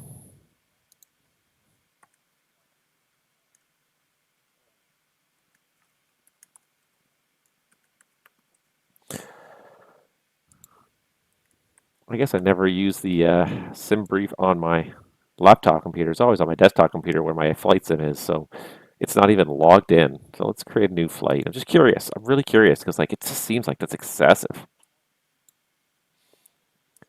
CY HZ CYYT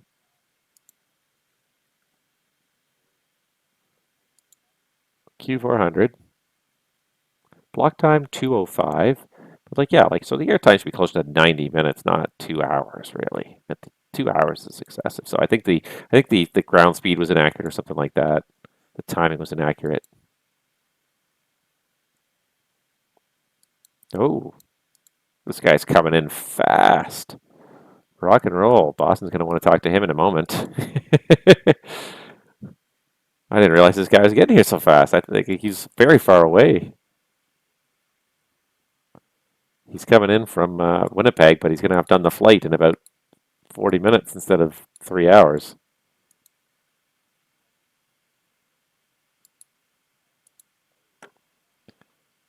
He's only been online for time online 1 minute. Oh, well, that doesn't help at all. But man, is he just rocketing in here.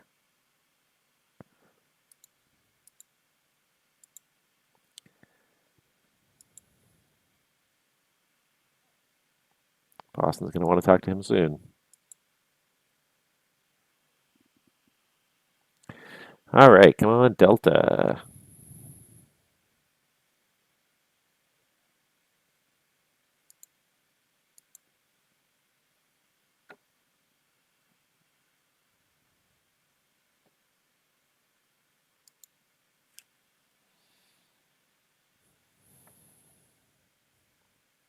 I probably wouldn't care so much where he is if I could actually see him, or if just wasn't much else going on. But because there's not much else going on, I want to know what this guy's doing.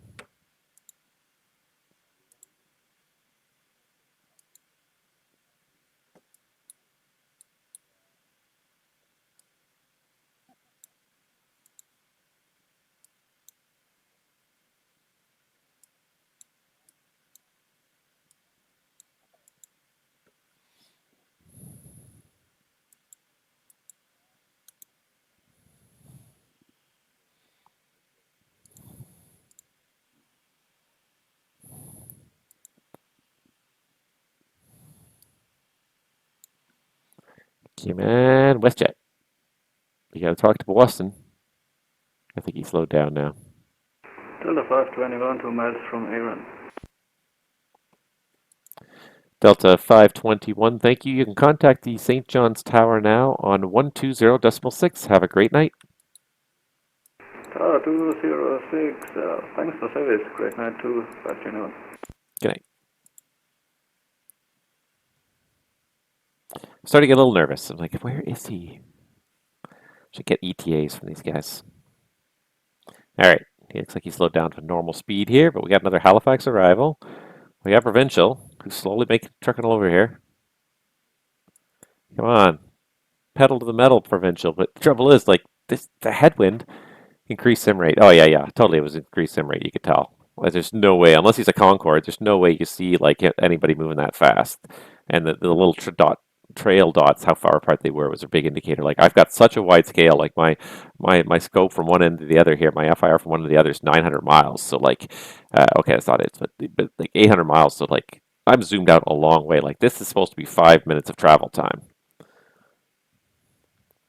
But hey, like, and I get it. I get the accelerated sim rate. I don't do it anymore. I used to do it back in the day a little bit, but I haven't done it in a long time.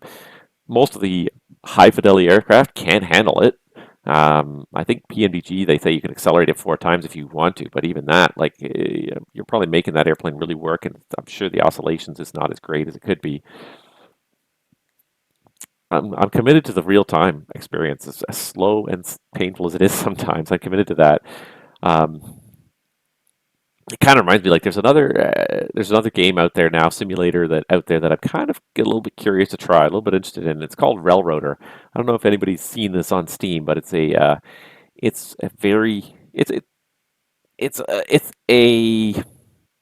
train simulator. It is basically what it is, but the whole idea is like it's very much a real-time multiplayer type running a little short line. It's a very fixed map, a fixed short line map. But like the whole idea is to kind of play it multiplayer, run it with your friends, and it's not like the most hyper realistic, but the whole idea is like it's take it back to be part of a bigger system. Like there's an AI, you can control the railroad and manage the railroad as well as actually run the individual runs. So it's one that seems kind of interesting to me. It's definitely something that's kind of piqued my interest. I definitely would like to see. I would like to see I'd like to try it out anyways. The thing about railroading is that, like, at a real pace, railroading is a very slow business. You don't get anywhere very fast. It takes a lot of time to make it, in real places. 7052. I don't even have anybody squawking 7052. I don't know who this guy is. Boston's talking to him at all. I guess Boston got WestJet. Boston got WestJet there. That's good. All right, so my Delta's good. Gonna have to hand off United soon. WestJet's coming my way. This guy's also coming my way. I think this is Virgin, I think this is the Virgin 4-5 whiskey. I think.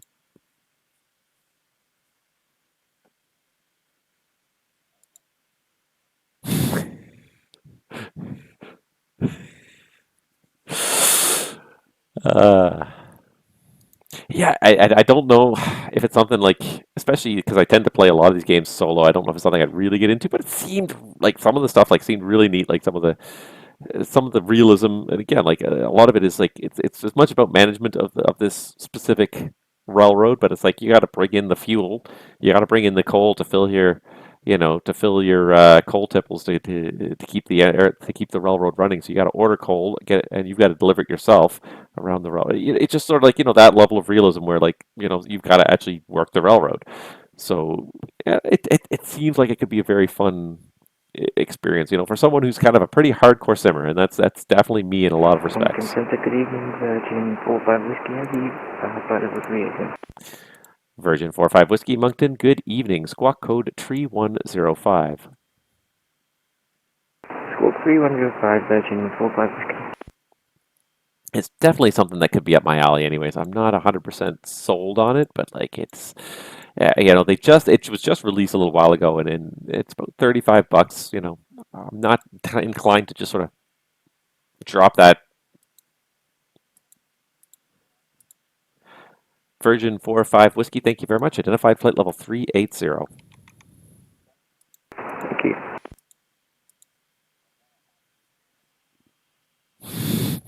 Unlike you.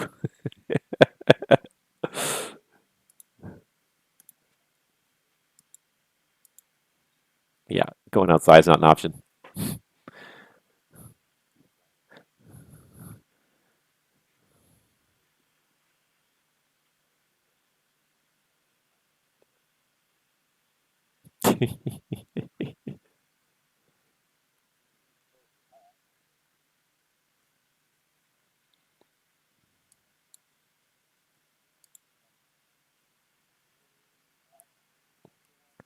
Have a good night.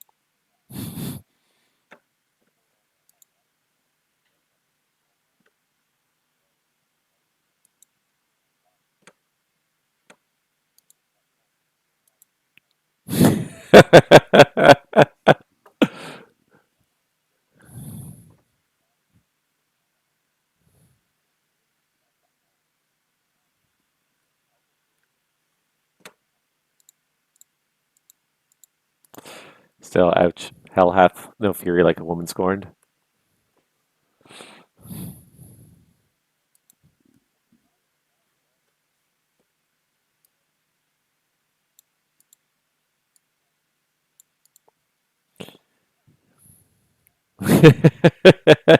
PPL's a dime a dozen.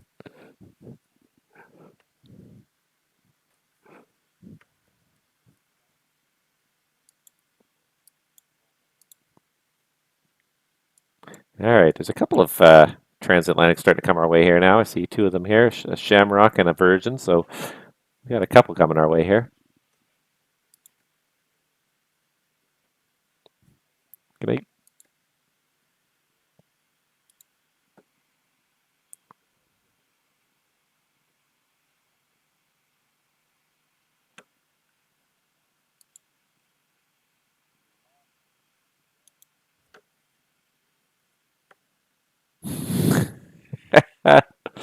Okay.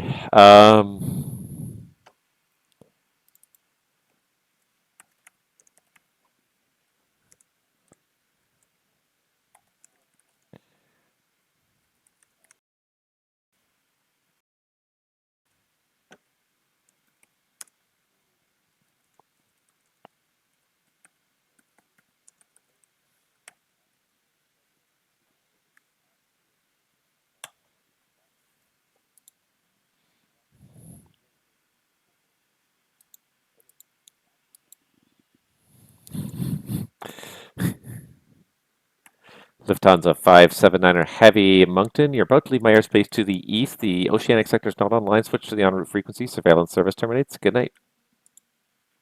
Good night, switch over to Unicom, Lufthansa 579 Heavy.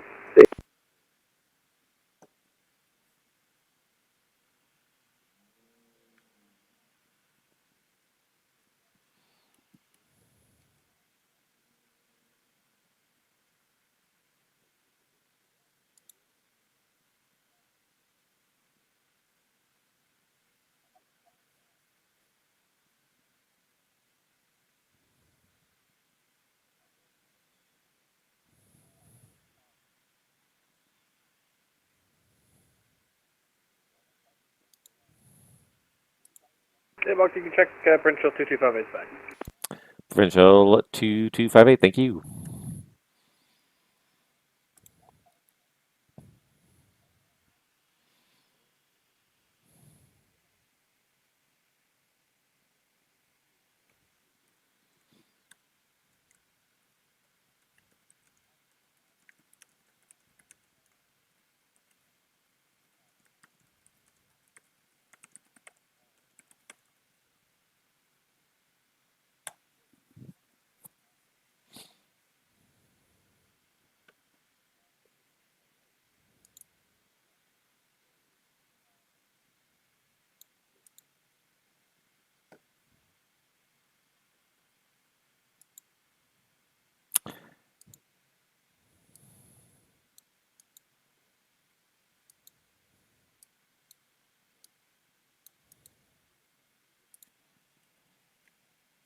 All right, I'm gonna ping him. I don't think because he doesn't seem to still have a squawk code. Nobody in my list gets given a squawk code. I don't think so. Austin's probably too busy to notice every last person if they don't call. So be it.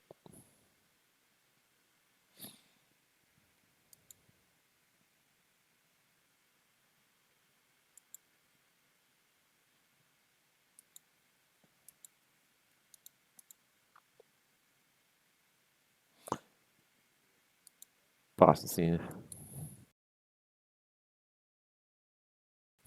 And Moncton Provincial 2258 request. Provincial 2258, Moncton, go ahead. Mr. After Silro, we'd like to proceed direct Gibby and more if we get the straight in RNAV for 10. All right, Provincial 2258. Okay, St. John's winds are showing pretty light right now, 310 at 4. You can proceed direct Gibby and plan the ILS 1, or sorry, you said the RNAV 11? If you're like to plan the RNAV Zulu from way 11, Provincial 2258. Or correction for 10. And I was going to say, I made the same mistake. Provincial 2258, proceed direct Gibby, plan the RNAV Zulu runway 10. Okay, direct Gibby, we'll plan the RNAV for 10, Provincial 2258.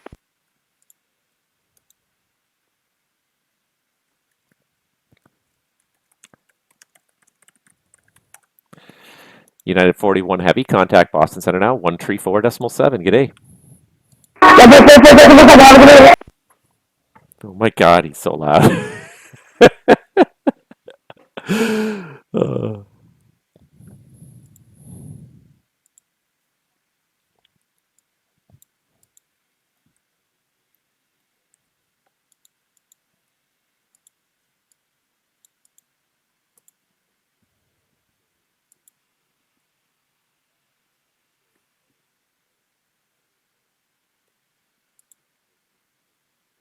Moncton Center, good evening. WestJet 520s with you, flight level 330.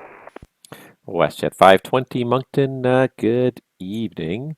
And let's see here, it's Information Hotel now in Halifax. Plan runway 23. Flight travel plan for runway 23 for WestJet 520. Oh shoot, yeah, that's old, I guess.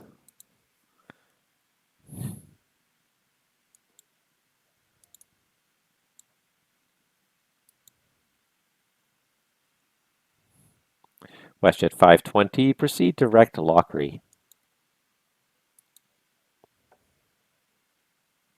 Direct to Lockery for WestJet 520.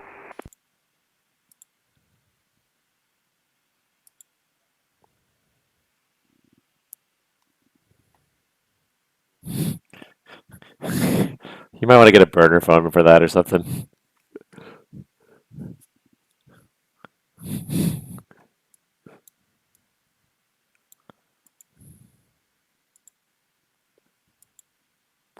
That would be interesting. That's taking it to another level, I gotta say.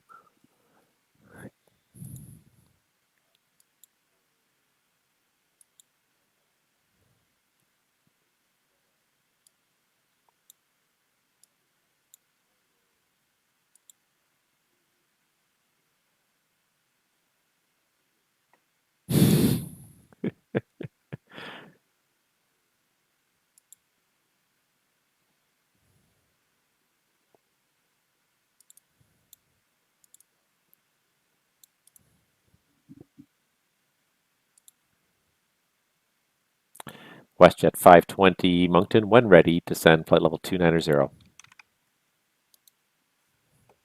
Alright, we'll descend to 290 at our discretion for WestJet 520.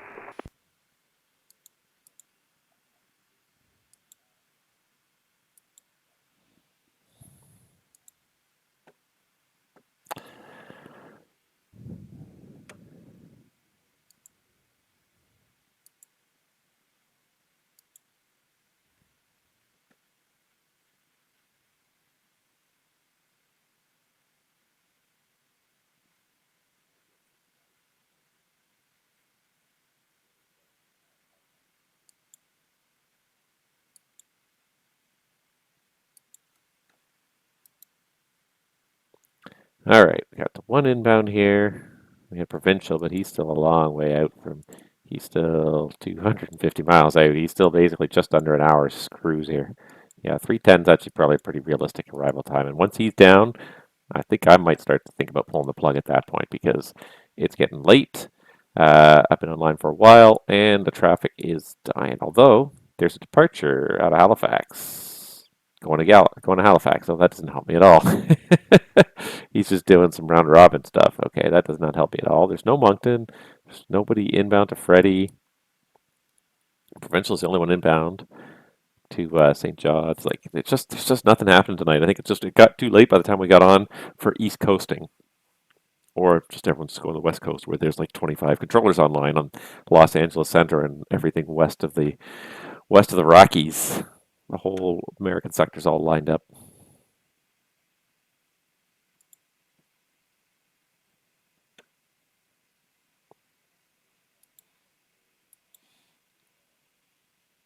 I'm getting tired too.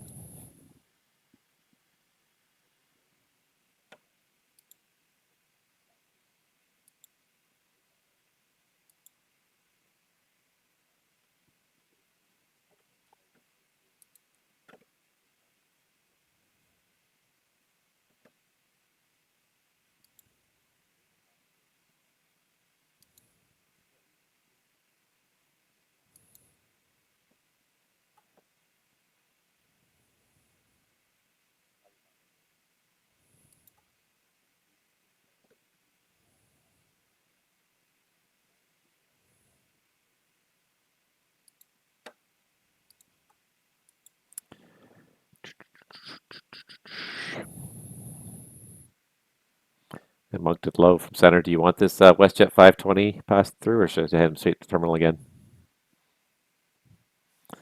All right, let me do the fun stuff.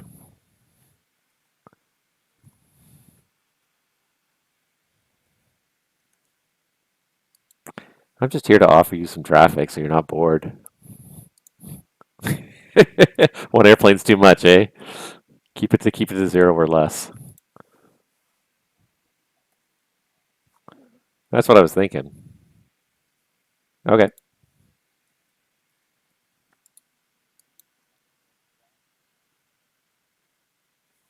Yeah, no, this is from the northern arrival. It's not something you hear every day in the control box, but WestJet 520, contact Moncton Center now, 124.4. Good night. Alright, Moncton Center 12444, WestJet 520. Thanks for the ATC and have a good night. Good night.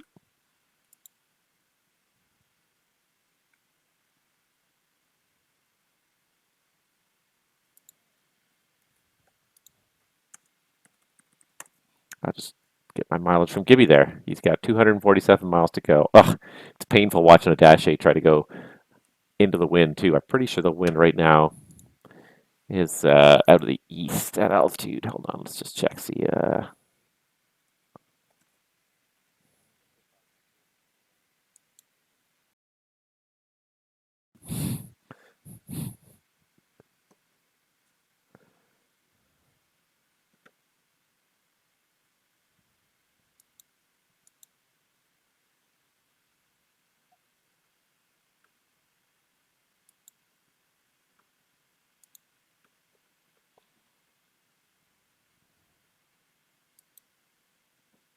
there we go. Windy app map. That's what I'm looking for.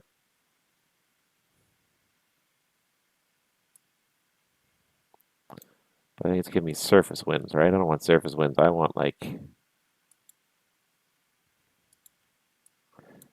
upper winds.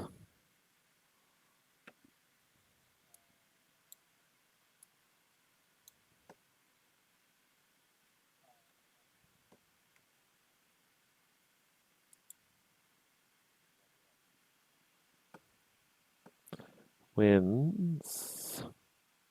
Upper winds. I want to see upper winds. I can't see upper winds on this. You know what I could do? Of course, duh. If I do this, get rid of that. And I can just bring the upper winds onto my Navigraph. Of course, duh. Can't believe I wasn't thinking about the fact that I have winds on Navigraph. So no radar. Just show me. I can just even just do jet streams. It's almost easier to see.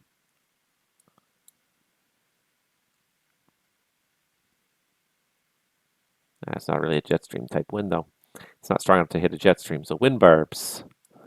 And if I do that, switch you guys over that for now. But if you have a look in this whole East Coast area here, you'll see that the upper winds. This is let's see here. This is at flight level 220. Actually, that's just pretty much where he is. 260 even is even closer. It's just barely. I mean, it might be a 5-10 knot headwind, might be 5-10 knot tailwind, but there's basically almost no wind. Normally winter, you expect a strong westerly wind, but the flows have been really wacky this year. We've been getting a lot of easterly winds this winter, which is pretty unusual, especially for kind of the mid latitudes, kind of the southern Canadian latitudes. There was some really weird winds this year. This whole winter has been odd to say the least, but. Yeah, so he's not getting any tailwind anyways, pushing him towards St. John's. He's going at pretty slow speed. Hopefully he'll get there sooner than later. I don't want to abandon this guy, but I'm not feeling it anymore. There's not a whole lot going on. I'm getting pretty tired. I'm kind of looking forward to logging off in a little bit. So I think once we get this. Did he climb? Is he always at 380? Honestly, people, you gotta talk to the ATC. You gotta, be a part of this whole thing here.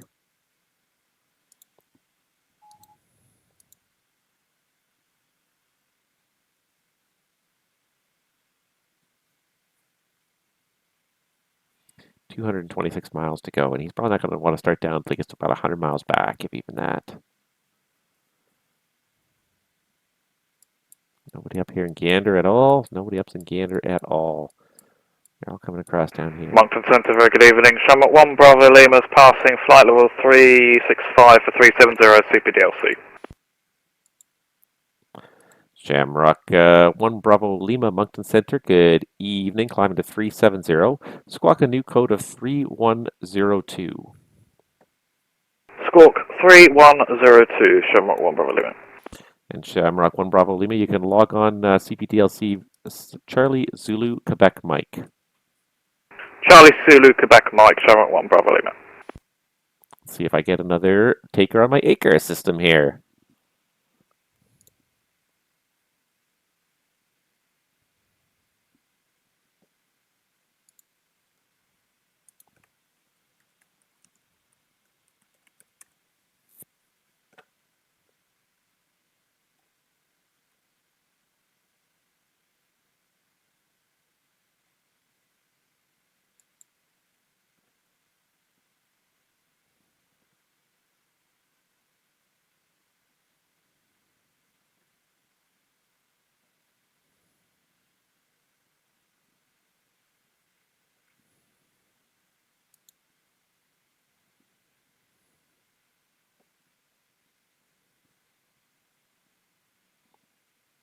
Hopefully this guy will get a log on here shortly.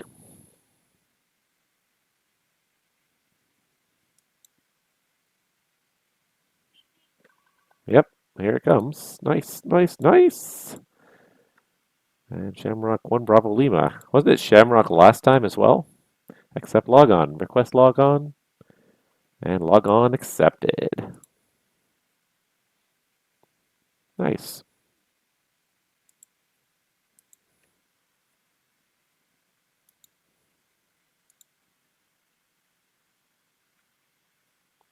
This guy's going from Dallas, Texas to Frankfurt, and he's been incommunicado for quite a little while here. Lufthansa 439. My first attempt to contact him was at 2:19.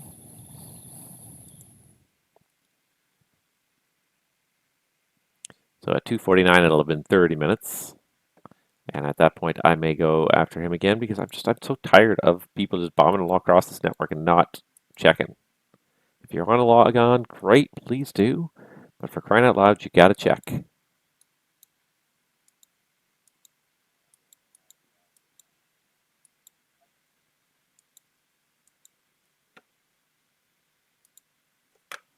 Have a good night.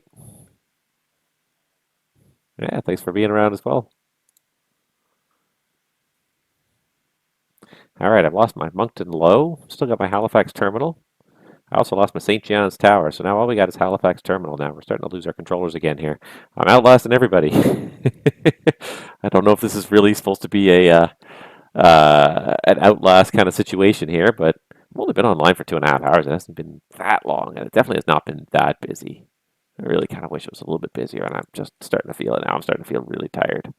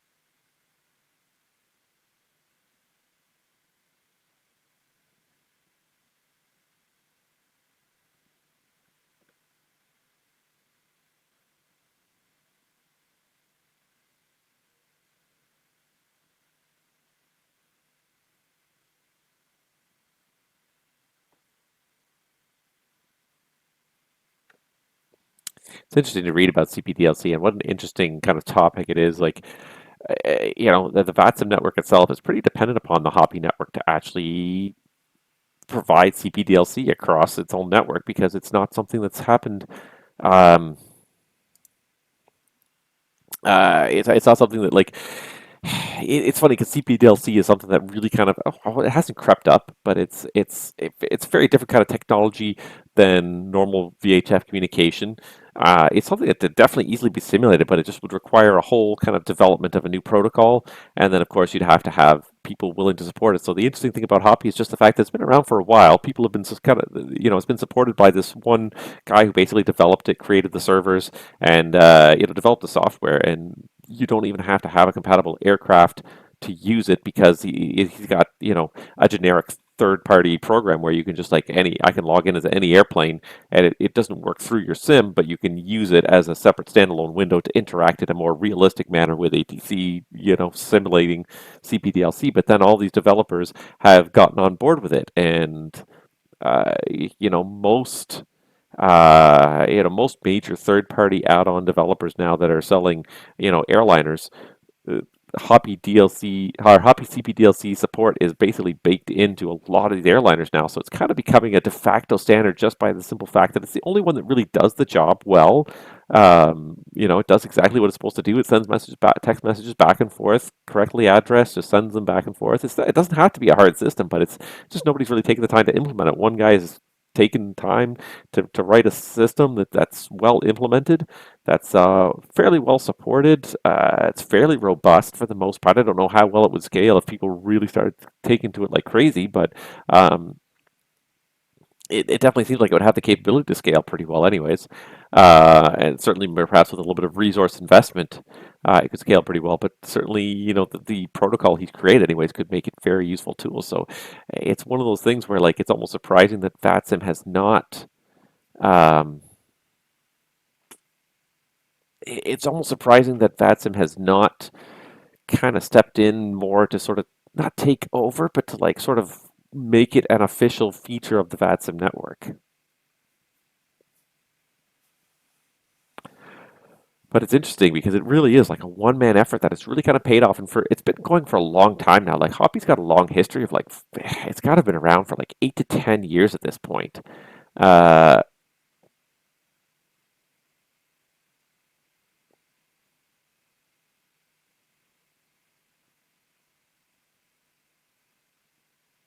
yeah.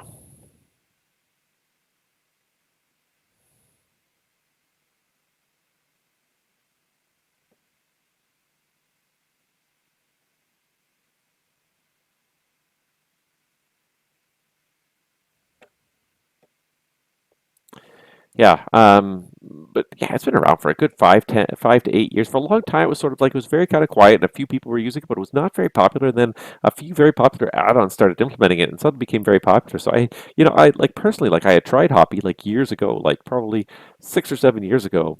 I had it running on my computer for a little while, and once in a very rare blue moon, one person would log on, and I mean, like once a month, I might get one or two people logged on to my ACAR system, but it was so infrequent that it just became, I won't say impractical, but it just there was no point. Nobody was really using it back then. There were so few people flying around. Nobody was expecting the controllers to have it, so nobody was really logging into the system. So it's got to, you need everyone to sort of support it and believe in it in order for the system to work.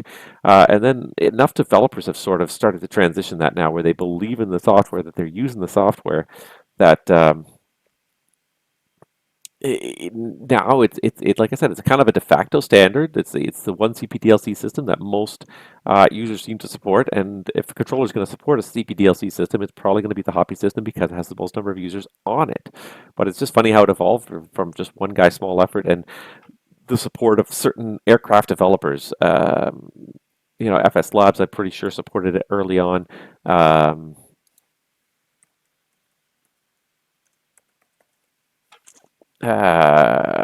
Fly-by-wire supports it.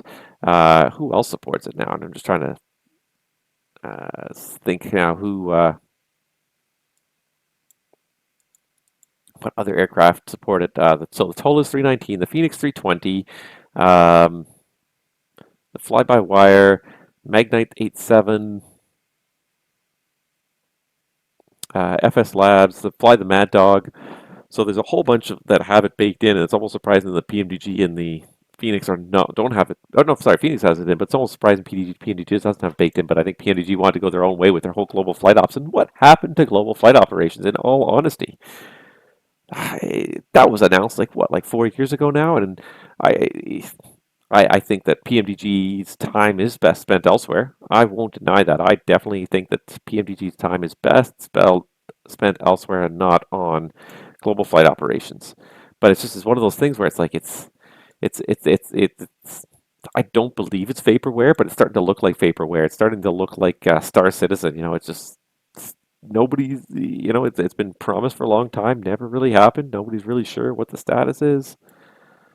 It's definitely interesting. Anyways, I wonder if it's ever going to see the light of day, because it seemed like it was nearly ready for launch like 2 years ago. It seemed like it needed a little bit more tweaking, a little bit more beta testing. Moncton Center, version 12 Heavy, with you flight level 370, 10 miles south of Tusky. Virgin 12 Heavy, Moncton, good evening, Squawk Cadet.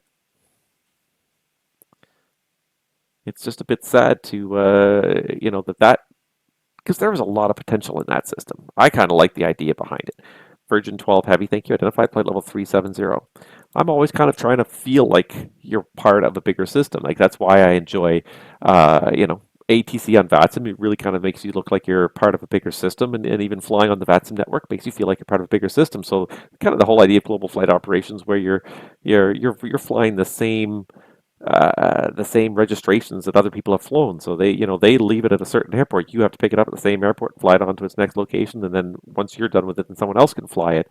That whole idea of like kind of continuity, like a little bit like FS economy, where aircraft are just continually like tracked in the system, and you have to fly from the last place it was known to some other place, and then you leave it there, and someone else can pick it up and fly it, or you might fly it for another leg. But that whole continuity idea, it's really neat. It's really for people who are really kind of hardcore simmers, I think it could be a fantastic idea, and maybe if you could even base a virtual airline around it, so that you really are controlling um, where these aircraft are, and having people have to fly, like pass them off from one pilot to the next, and maybe even make notes about what's going on with the aircraft. Certainly with PMDG's failure system and tracking the wear and tear on certain parts, that's the other really neat thing, is like the idea of uh, you know the wear and tear being put on the airplanes in a realistic real-time scenario. Because the trouble is, like, the mean time before failure for most parts in a modern airliner,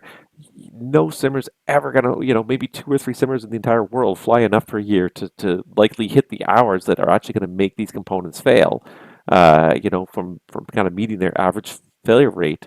uh, but if you take that airplane and divide it up among a whole bunch of simmers, and simmers are kind of constantly flying it, like it's doing several flights a day for different simmers for multiple hours, and it's spending 5 to 10 hours in the air every day. Now the failures start to become realistic, and certainly if you track the abuses, perhaps people are not flying them well. They're doing certain things to abuse the airplane, maybe not intentionally, but just the way they fly it is a little harder on the airplane.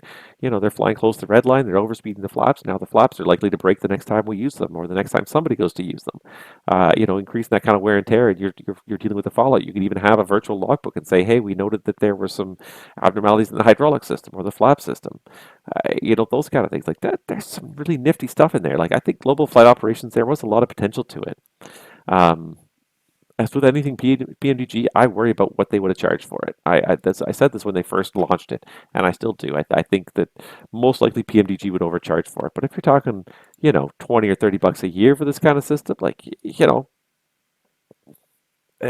you obviously have some servers, some back end stuff you've got to maintain, but like in the grand scheme of things, like the idea of sort of tracking an airplane and sort of logging the wear and tear and transferring it in the database to the next user, it's not that much data. It's not like you're doing like real time like flying. Like if you were to just take the plane and package it up and say, okay, this is the wear and tear at the start of your flight, we're transferring it to your computer, measure the wear and tear, and transmit it back to the server as like one file. Like, okay, yeah, there's a lot of bytes to it, but at the end of the day, it's not a big file. It's not being done in real time. Just being done asynchronously before and after every flight. Yeah, it wouldn't have to be that expensive on the back end to maintain it. So I don't know.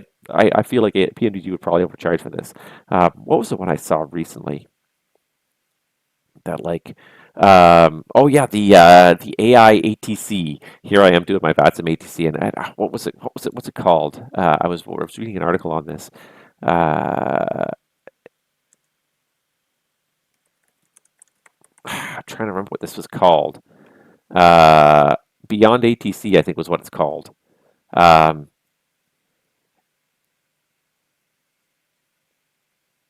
Yeah,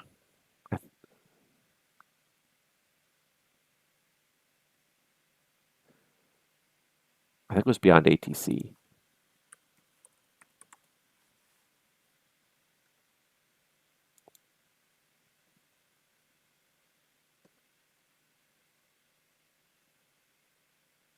I think it was Beyond ATC. But maybe it was Beyond ATC. Maybe it was a different one. But like the whole idea was an AI ATC, but the price, it was going to be like $49 a month or something like that. Like my mind just exploded when I saw the price. Maybe it was $30 a month, but like $30 a month, not $30 a year, $30 a month for a realistic ATC. Like, that's a lot. Even Pilot Edge, I don't think charges that much. What does Pilot Edge charge? I think it's like, isn't Pilot Edge like $9 a month or something like that, or $10 a month? It's something like that. And that's for real people. No, it's $20 a month. And even that, like, that's crossing the line. Like, that's starting to get a lot. Like, if you're into it, great. But like, you got to be really into it. But for this is not even like real people, and this is, I think, one of the biggest problems that is going to come up with AI, that people are not, perhaps attentive to, is the whole, you know, there's probably it's probably not unreasonable to say that there's a little bit of an AI bubble going on because like you can't find an investor who isn't tripping over himself to put money into some AI company that's going to do something with AI, and it's all well and good, but AI is not cheap to run. It requires a lot of computing power to do even basic tasks. So the idea of, you know, doing all these things and, you know, creating like simulation games, like it's one thing if you're a software developer and you're, you know, paying for an AI like 30 or 40 or $50 a month to help you out with your software development. And that's not bad because it's a one-time kind of sunk cost, but this whole like, well, you know, if you want to have live ATC, you know, AI generated live ATC, $40 a month, $30 a month even, every month until you don't want it anymore. Like that's a lot of money. And so a lot of these applications, like there's lots of applications for AI, but for a lot of them you have to ask how practical are these applications? Because they might be it might be a case that it's just for the amount of computing power you need, the application is not practical. Uh, you know, you can do it like, you know, if you had infinite money and infinite power, you could probably make these systems work. But from a practical perspective, you know, once we get to Fallout, you look at a lot of stuff that's kind of coming through in the tech company, and you know, the beginning, everybody's all, oh my God, this is the next big thing, and I can't get enough of it, and I'm going to invest all my money here, and it's going to be huge. You know, everyone's going to want this. It's like it's great until you start to have to pay the bills, and then things come due, and you look at things like Netflix. You know, Netflix was huge for a long time, and they were probably operating at a loss for years and years. They were operating at a loss because they'll do anything to put in more subscribers. So let's get more content on board, so we can get more subscribers into our network, and you know, and then the rest will sort itself out.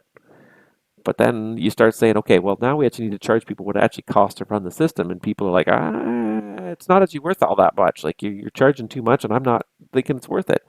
Um, you know, even like Uber like was in the beginning was great, but now it's like the amount the drivers are getting paid is getting less, while the amount they're charging the customers is more. Because before they were just like, you know, Uber was losing $10 to $20 every ride because they just wanted market share. It's like it's great, but like, you know, then eventually like it comes back to like, is what you're offering really practical for the price people are willing to pay for it? Do people really feel like they're getting the value for it?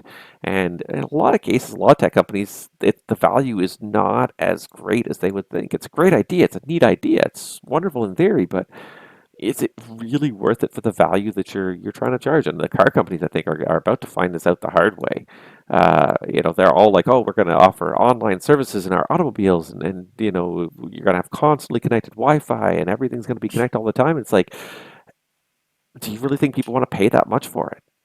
And there will always be some people who will, but is it enough to make it worthwhile to make the market sustainable? Certainly, the streaming services are like that. Uh, you know, what are the things that I can think of right now where it's like services are being shut down because they just weren't sustainable because, you know, it was great when it was cheap and it was subsidized by the venture capitalists, but the second you actually have to pay the bills. Like I think Uber is a big example of that. Like people, there's a big not backlash, but like the price of an Uber is getting pretty close to the price of a taxi. It was like, wow, we're going to disrupt the taxi industry. It'll never be the same again. No one will ever pay these high taxi fares. It's like, well, that's what it really actually costs to run an automobile. You know, there are sometimes a few extra costs associated with running a taxi company, but at the end of the day, an automobile, like it's still whether you know if it's a guy driving it part time, he still needs to pay for it. He still needs to pay for the gas and the maintenance. If he's not covering those bills, what's the point of even being here? Airbnb is another example, another great example of that. Like, you know, in the beginning, it was just people just renting out like an extra room or their house when they weren't home for a couple $100, and, you know, making a little bit of extra money on the side, and that was all well and good. But now, you know, it's so commercialized and exploitive.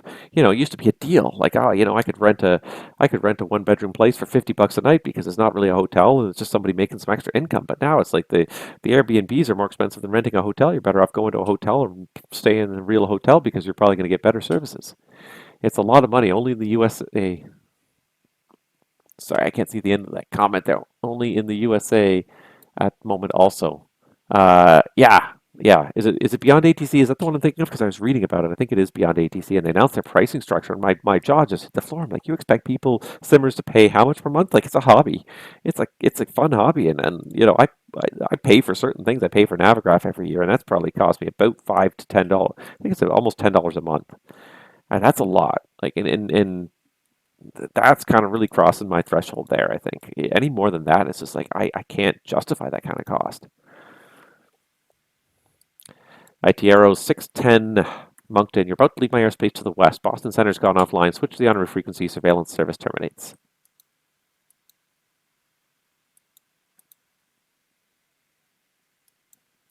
ITRO 610 Moncton Center.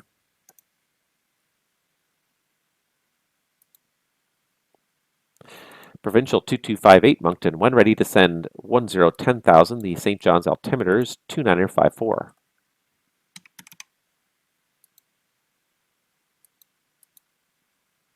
Am I muted here?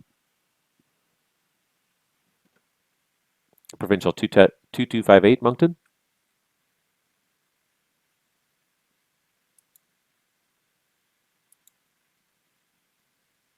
Hello? Am I transmitting?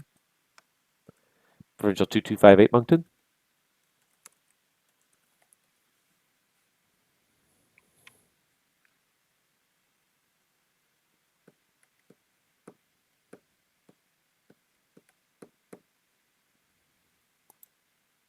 Virgin 12 Heavy Moncton, how do you read? 5x5, Virgin 12 Heavy. Virgin 12 Heavy, thank you. IT Arrow 610 Moncton.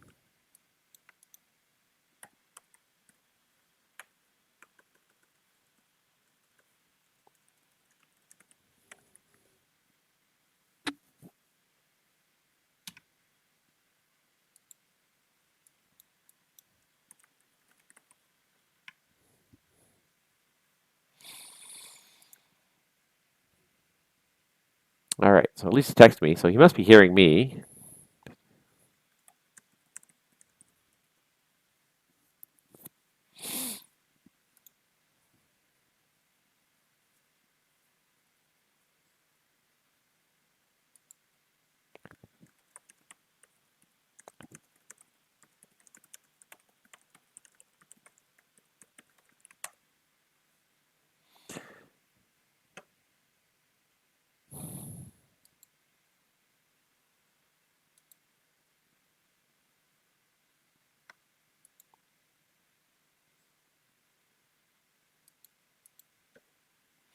All right, there he goes. Let's see if I can get the JIP 2025 here for the next 15 to 20 minutes, but I think I'm about 20 minutes. I'm going to head out as soon as Provincial lands here.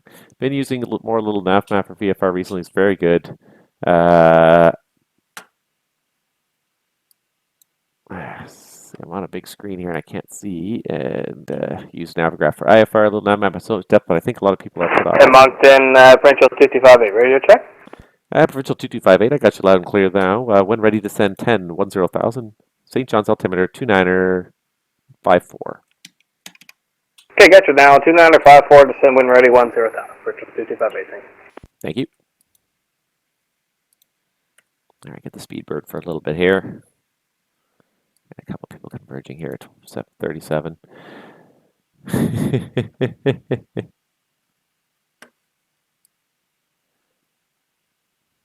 And Moncton Center, good evening, Speedbird 92 with you at 50370. Speedbird 92 Heavy Moncton, good evening, squawk it in. Edgar, squawk it in, Yeah, Speedbird 92. I've used Little Nav Map and I tend to agree. The UI does look a little cluttered. There's something to be said for simple interfaces, but in this day and age, like that's all people want. They don't want options. They don't want good interfaces. They want very simplistic interfaces, and that's is a double-edged sword. Like there's something to be said for, yes, you want to kind of keep it simple, but like there's overly simple, and this is the trouble. Is this is where the world is going? Is overly simple, too simple, like to the point where like ineffectively simple. You can't do anything but the most basic, most obvious things. Windows, it comes to mind. The new settings apps in Windows come to mind as a perfect example of like control panel. Used to let you get in there and pretty much do everything in Windows. You can get in and control almost everything right within Windows, save hacking the actual registry, from control panel. And I don't use settings. I use the settings apps in Windows as little as possible because they're terrible.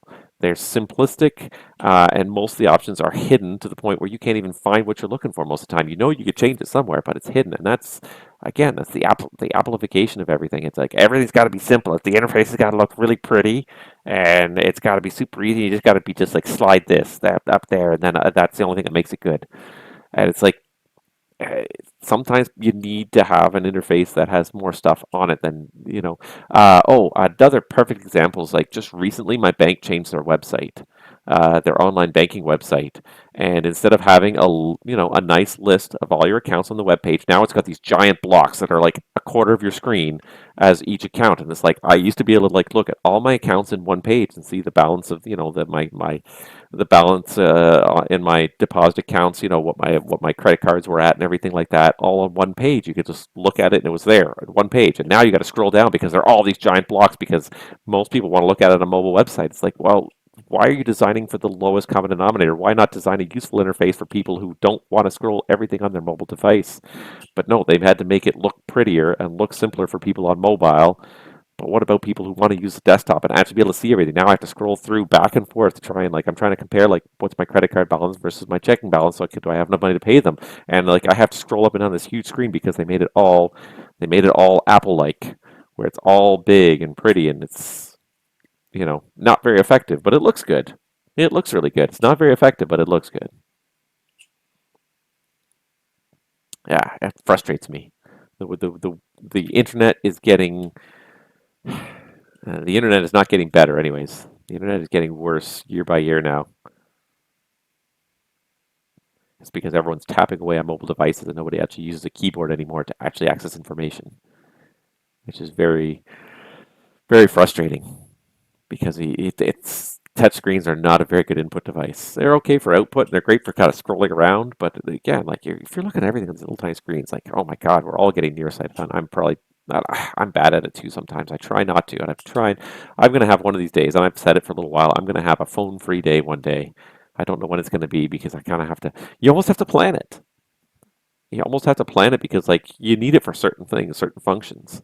But I'm going to have a phone-free day one day, unless someone actually physically calls me to tell my children are sick. So I might actually have my phone still. I'm not going to pick it up, but I'll have the ringer on in case my school calls to tell me my kids are sick. But that's about it. Otherwise, I will try not to use my phone for an entire day. I think my mind will probably explode. It's nice to sometimes just go camping, go out in the wilderness where there's no cell phone reception. Just nope, can't talk to anybody because there is no reception out here. I can't doom scroll the internet forever. I love it. Did I ever brick up a St. John's Tower view? I still have the Goose Bay one from the guy that left Goose Bay a long time ago. Nope. So let's do this. Open. Let's get me the St. John's ground view. There it is, St. John's. Get this guy down, tax him to the gate, and that'll be it.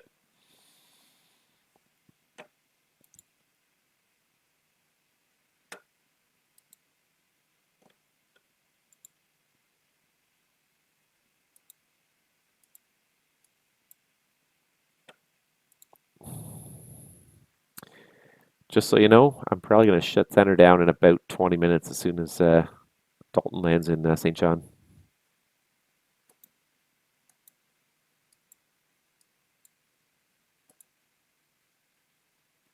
I said I'm probably going to shut down center in about 20 minutes right after Dalton lands in St. John's. I'll probably shut her down.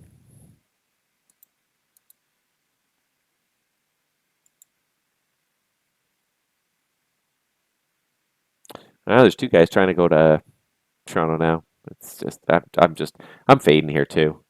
We got by before, okay. Yeah, I know, but we've become dependent upon it. The companies have effectively made us very dependent upon these devices. They've been very good at it. I will be the first to admit that I am also dependent upon it. I am used to it.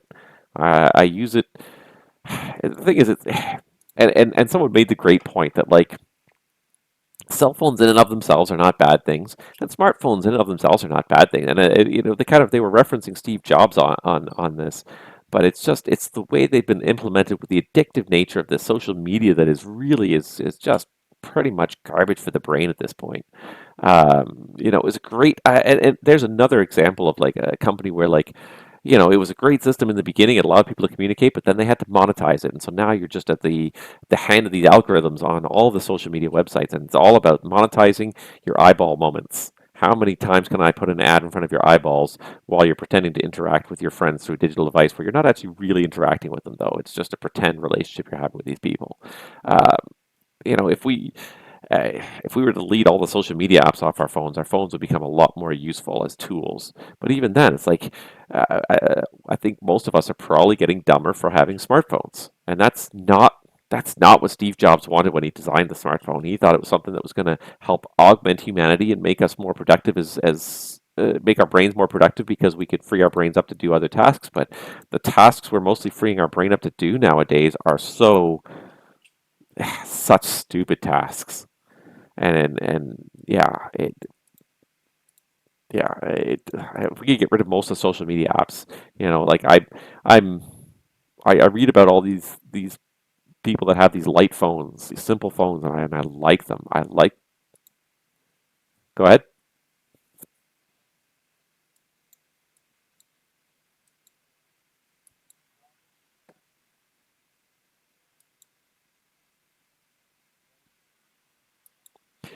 Uh, you can ask me when he gets going here. Let's see, what's his arrival time showing? Oh yeah, no, at that pace, no, I'm probably not gonna stick around long enough. I'm fading fast. Yeah, Terraform, I don't think I'll be on for long enough to be worth it. As it is, all these people are entering my airspace and nobody's talking to me again. I got one, two, three, four, five guys in my airspace that are refusing to talk to me at this point. And it was actually pretty good for a long time there, and now they're all here again.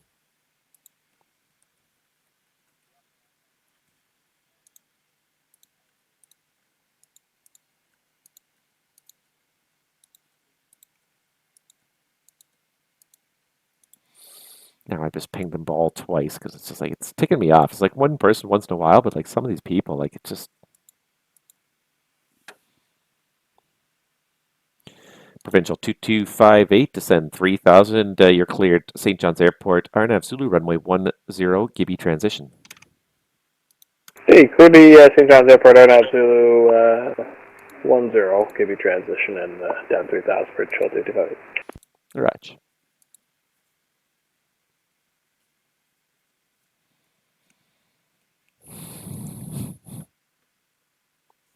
Like it's almost fully 50% of the airplanes in my airspace now are suddenly not talking to me. Consider getting JetBlue 2289, flight level 360. Oh, there's one.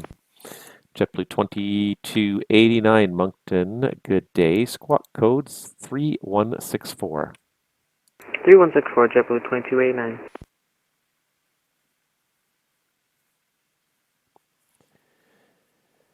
Yeah, I don't know.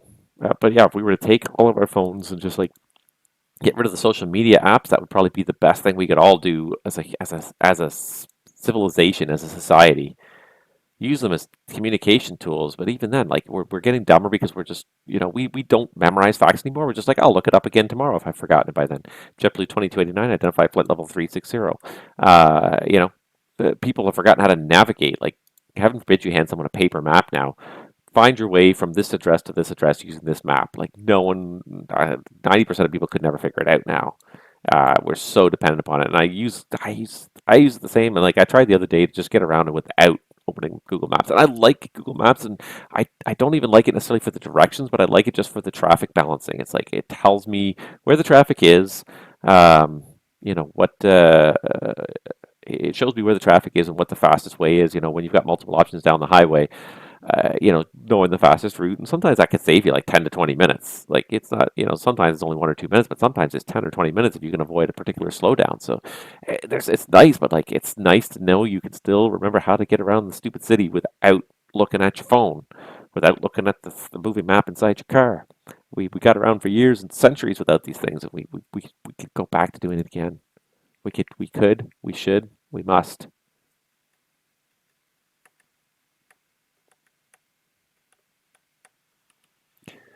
Yeah, it's going to be a bit of a mission for me. It really will, because I would love to do it. I would love to do it. I think it's going to be a good mission, but like it's that's not going to be easy. You know, if my wife's at work, I'm used to texting her while she's at work because she works a she works an on the line kind of job, so she can't be like talking on her phone all the time. But like she texts periodically throughout the day. Like I wouldn't want to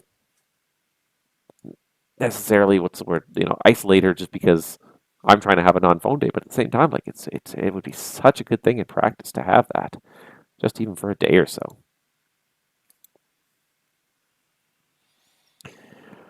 Yeah, I just don't know if I can actually do it, but I keep saying, I'm telling myself I'm going to do it. One of these days, it'll be nice. It'll be good.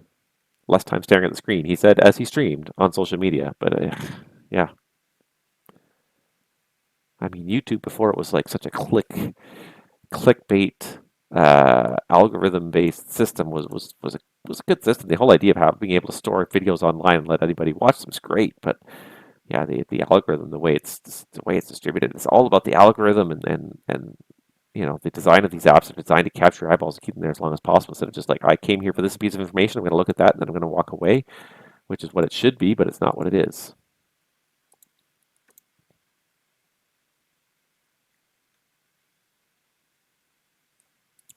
Provincial 2258 Moncton, radar contact is lost, report passing Gibby. Okay, you shift that across and give me, Provincial 2258.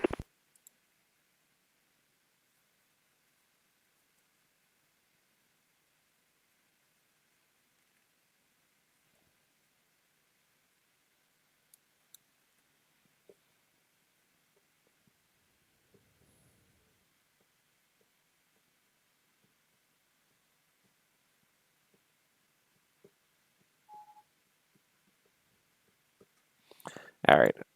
It's like these guys know I'm just like, I'm not going to be around for much longer. Moncton for Provincial 2258. Just gave you a flash there. Just wonder if that makes you pop up in your radar.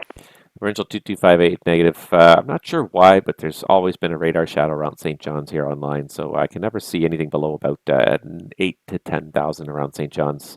Yeah, let me know when you're passing Gibby. Yeah, you're past Gibby, just for your info there, about 12 miles to the west there. Thank you very much. I'll give him about 3 minutes, I would say, till it passes Gibby, probably.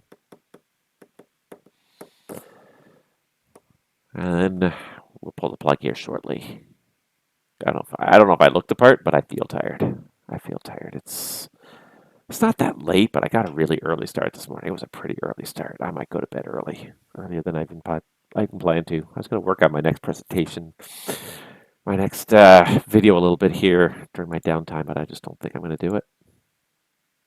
Wasn't there another Shamrock on here somewhere? What happened to that guy? He just disappeared at some point, I guess. I didn't even notice he's gone. Oops. I didn't even notice. Like he just completely vanished. And you got these guys, like they pop through your airspace. Nobody talks to anybody.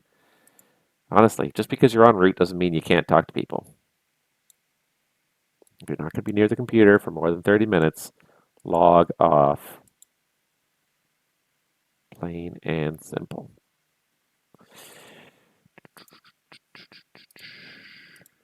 Scandinavian at 9027 Moncton. You're about to leave my airspace to the west. The Boston Center's gone offline. Switch to the en route frequency. Surveillance service terminates. Unicom for Scandinavian 9027. Have a nice day. Thanks for radar service. Have a good night.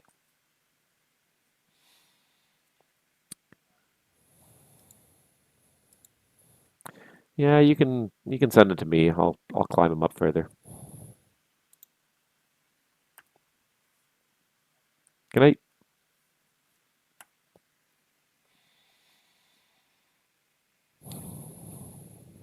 Come on.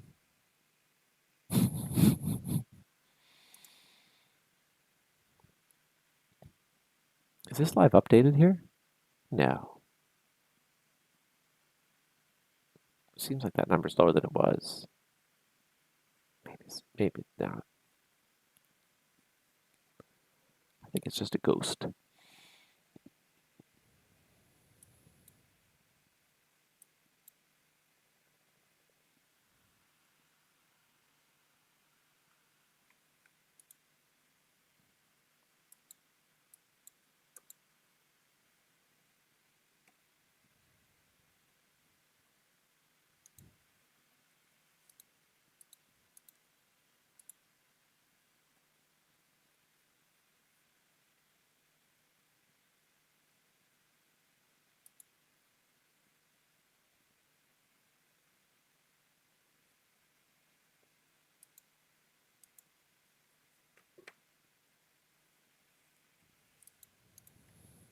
All right, about 1 more minute he should pass by there.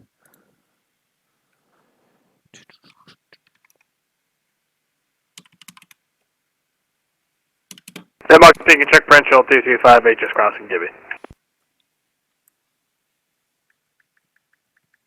Provincial 2258 Moncton, thank you very much. The St. John's winds right now showing 310 at 4, altimeter 2956. You're clear to land, runway 10. 6, clear at runway 10, Frenchville 258.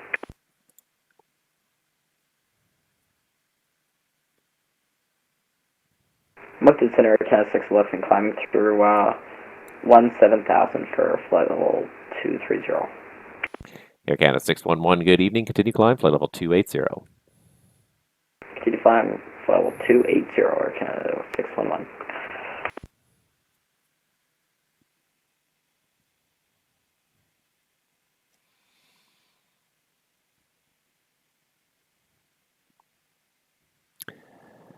Hi. Running out of stuff to talk to as well here. There's stuff to talk about here as well. I mean, there is stuff I could talk about still, I think. There's some interesting stuff I could talk about.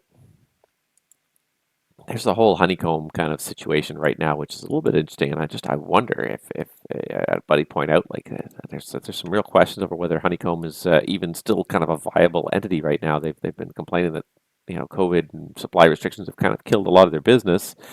It made it very hard to get their products in stock, and it's a bit of a shame because I have to say I have the Honeycomb Bravo, and I think it's a very well designed product.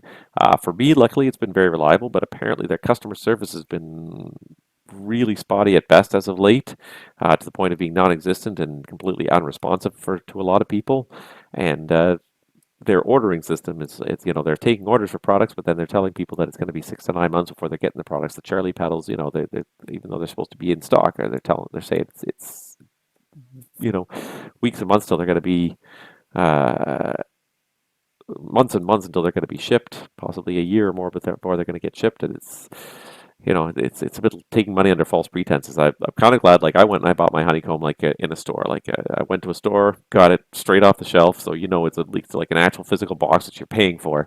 But yeah, someone reported that they actually visited the honeycomb offices. I think it was in San Diego, and found that the office is empty now.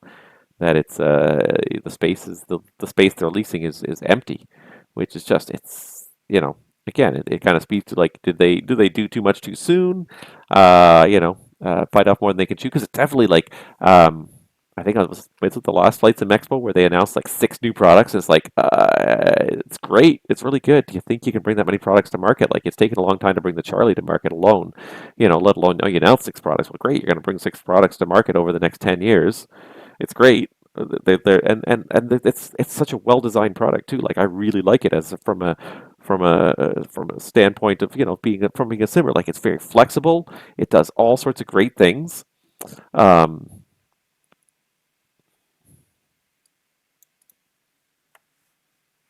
Air Canada 611, continue climb flight level 340. Continue climb flight level 340, Canada 611. It'd be a real shame if they were out of business. I didn't realize you were controlling till I heard your voice. Now I realize it's you that I tune in. It's all good. I am just about to pull the plug anyways. Going to get this provincial guy taxiing the gate, and that's it. I am done. I'm tired, but appreciate it anyways. Thank you. Thanks for tuning in.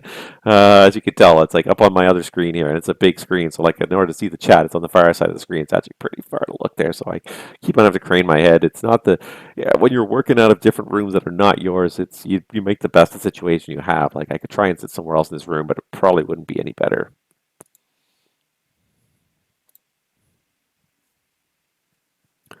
Don't do a go around, because I can't stay. I just can't. Come on, decelerate. He's not decelerating very quickly here. Oh, there he goes. And then suddenly reaches to a halt. Provincial 2258, welcome to St. John. You heading down to the terminal? Yes, sir. Yeah, we're just making the 180 back there for the XL16. Provincial 2258, no problem. 180 is approved. Taxi 16 and Golf to the terminal. Have yourself a great night. Yeah, taxi 16 Golf to the terminal for Provincial 2258. Thanks for your TT. Good night. JetBlue 2289, Moncton, you're about to leave my airspace to the west. Boston Center's gone offline. Switch to the en route frequency. Surveillance service terminates. Have a good night.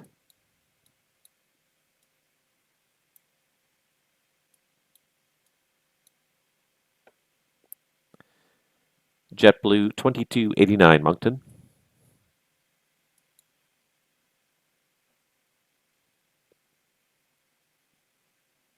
Sorry, JetBlue 2289, go ahead. We're having some internet issues. JetBlue 2289, that's all right. You just leave my airspace to the west now, so switch to on-route frequency, surveillance service terminates. Hopefully you get that all sorted out. Okay, over to Unicom. Thanks. Good night. Good night. Speedbird 902 Heavy Moncton. I'm going to be shutting down now. There is one traffic over at about your 11 o'clock for about 20 miles. He's south westbound. Let's see here. 330 up at 380 should pass well behind you. Roger, Speedbird 92. Copy the traffic. Speedbird 902, Roger. Over to Unicom 2228 and have yourself a good night. Roger, over to Unicom 22.8, Speedbird 92. Have a good night. Good night. Virgin 45 Whiskey, Moncton. Your traffic's 12 o'clock for about 20 miles is an eastbound, let's see here, A350 at flight level 270. You can switch the on-route frequency, surveillance service terminates. Have a good night.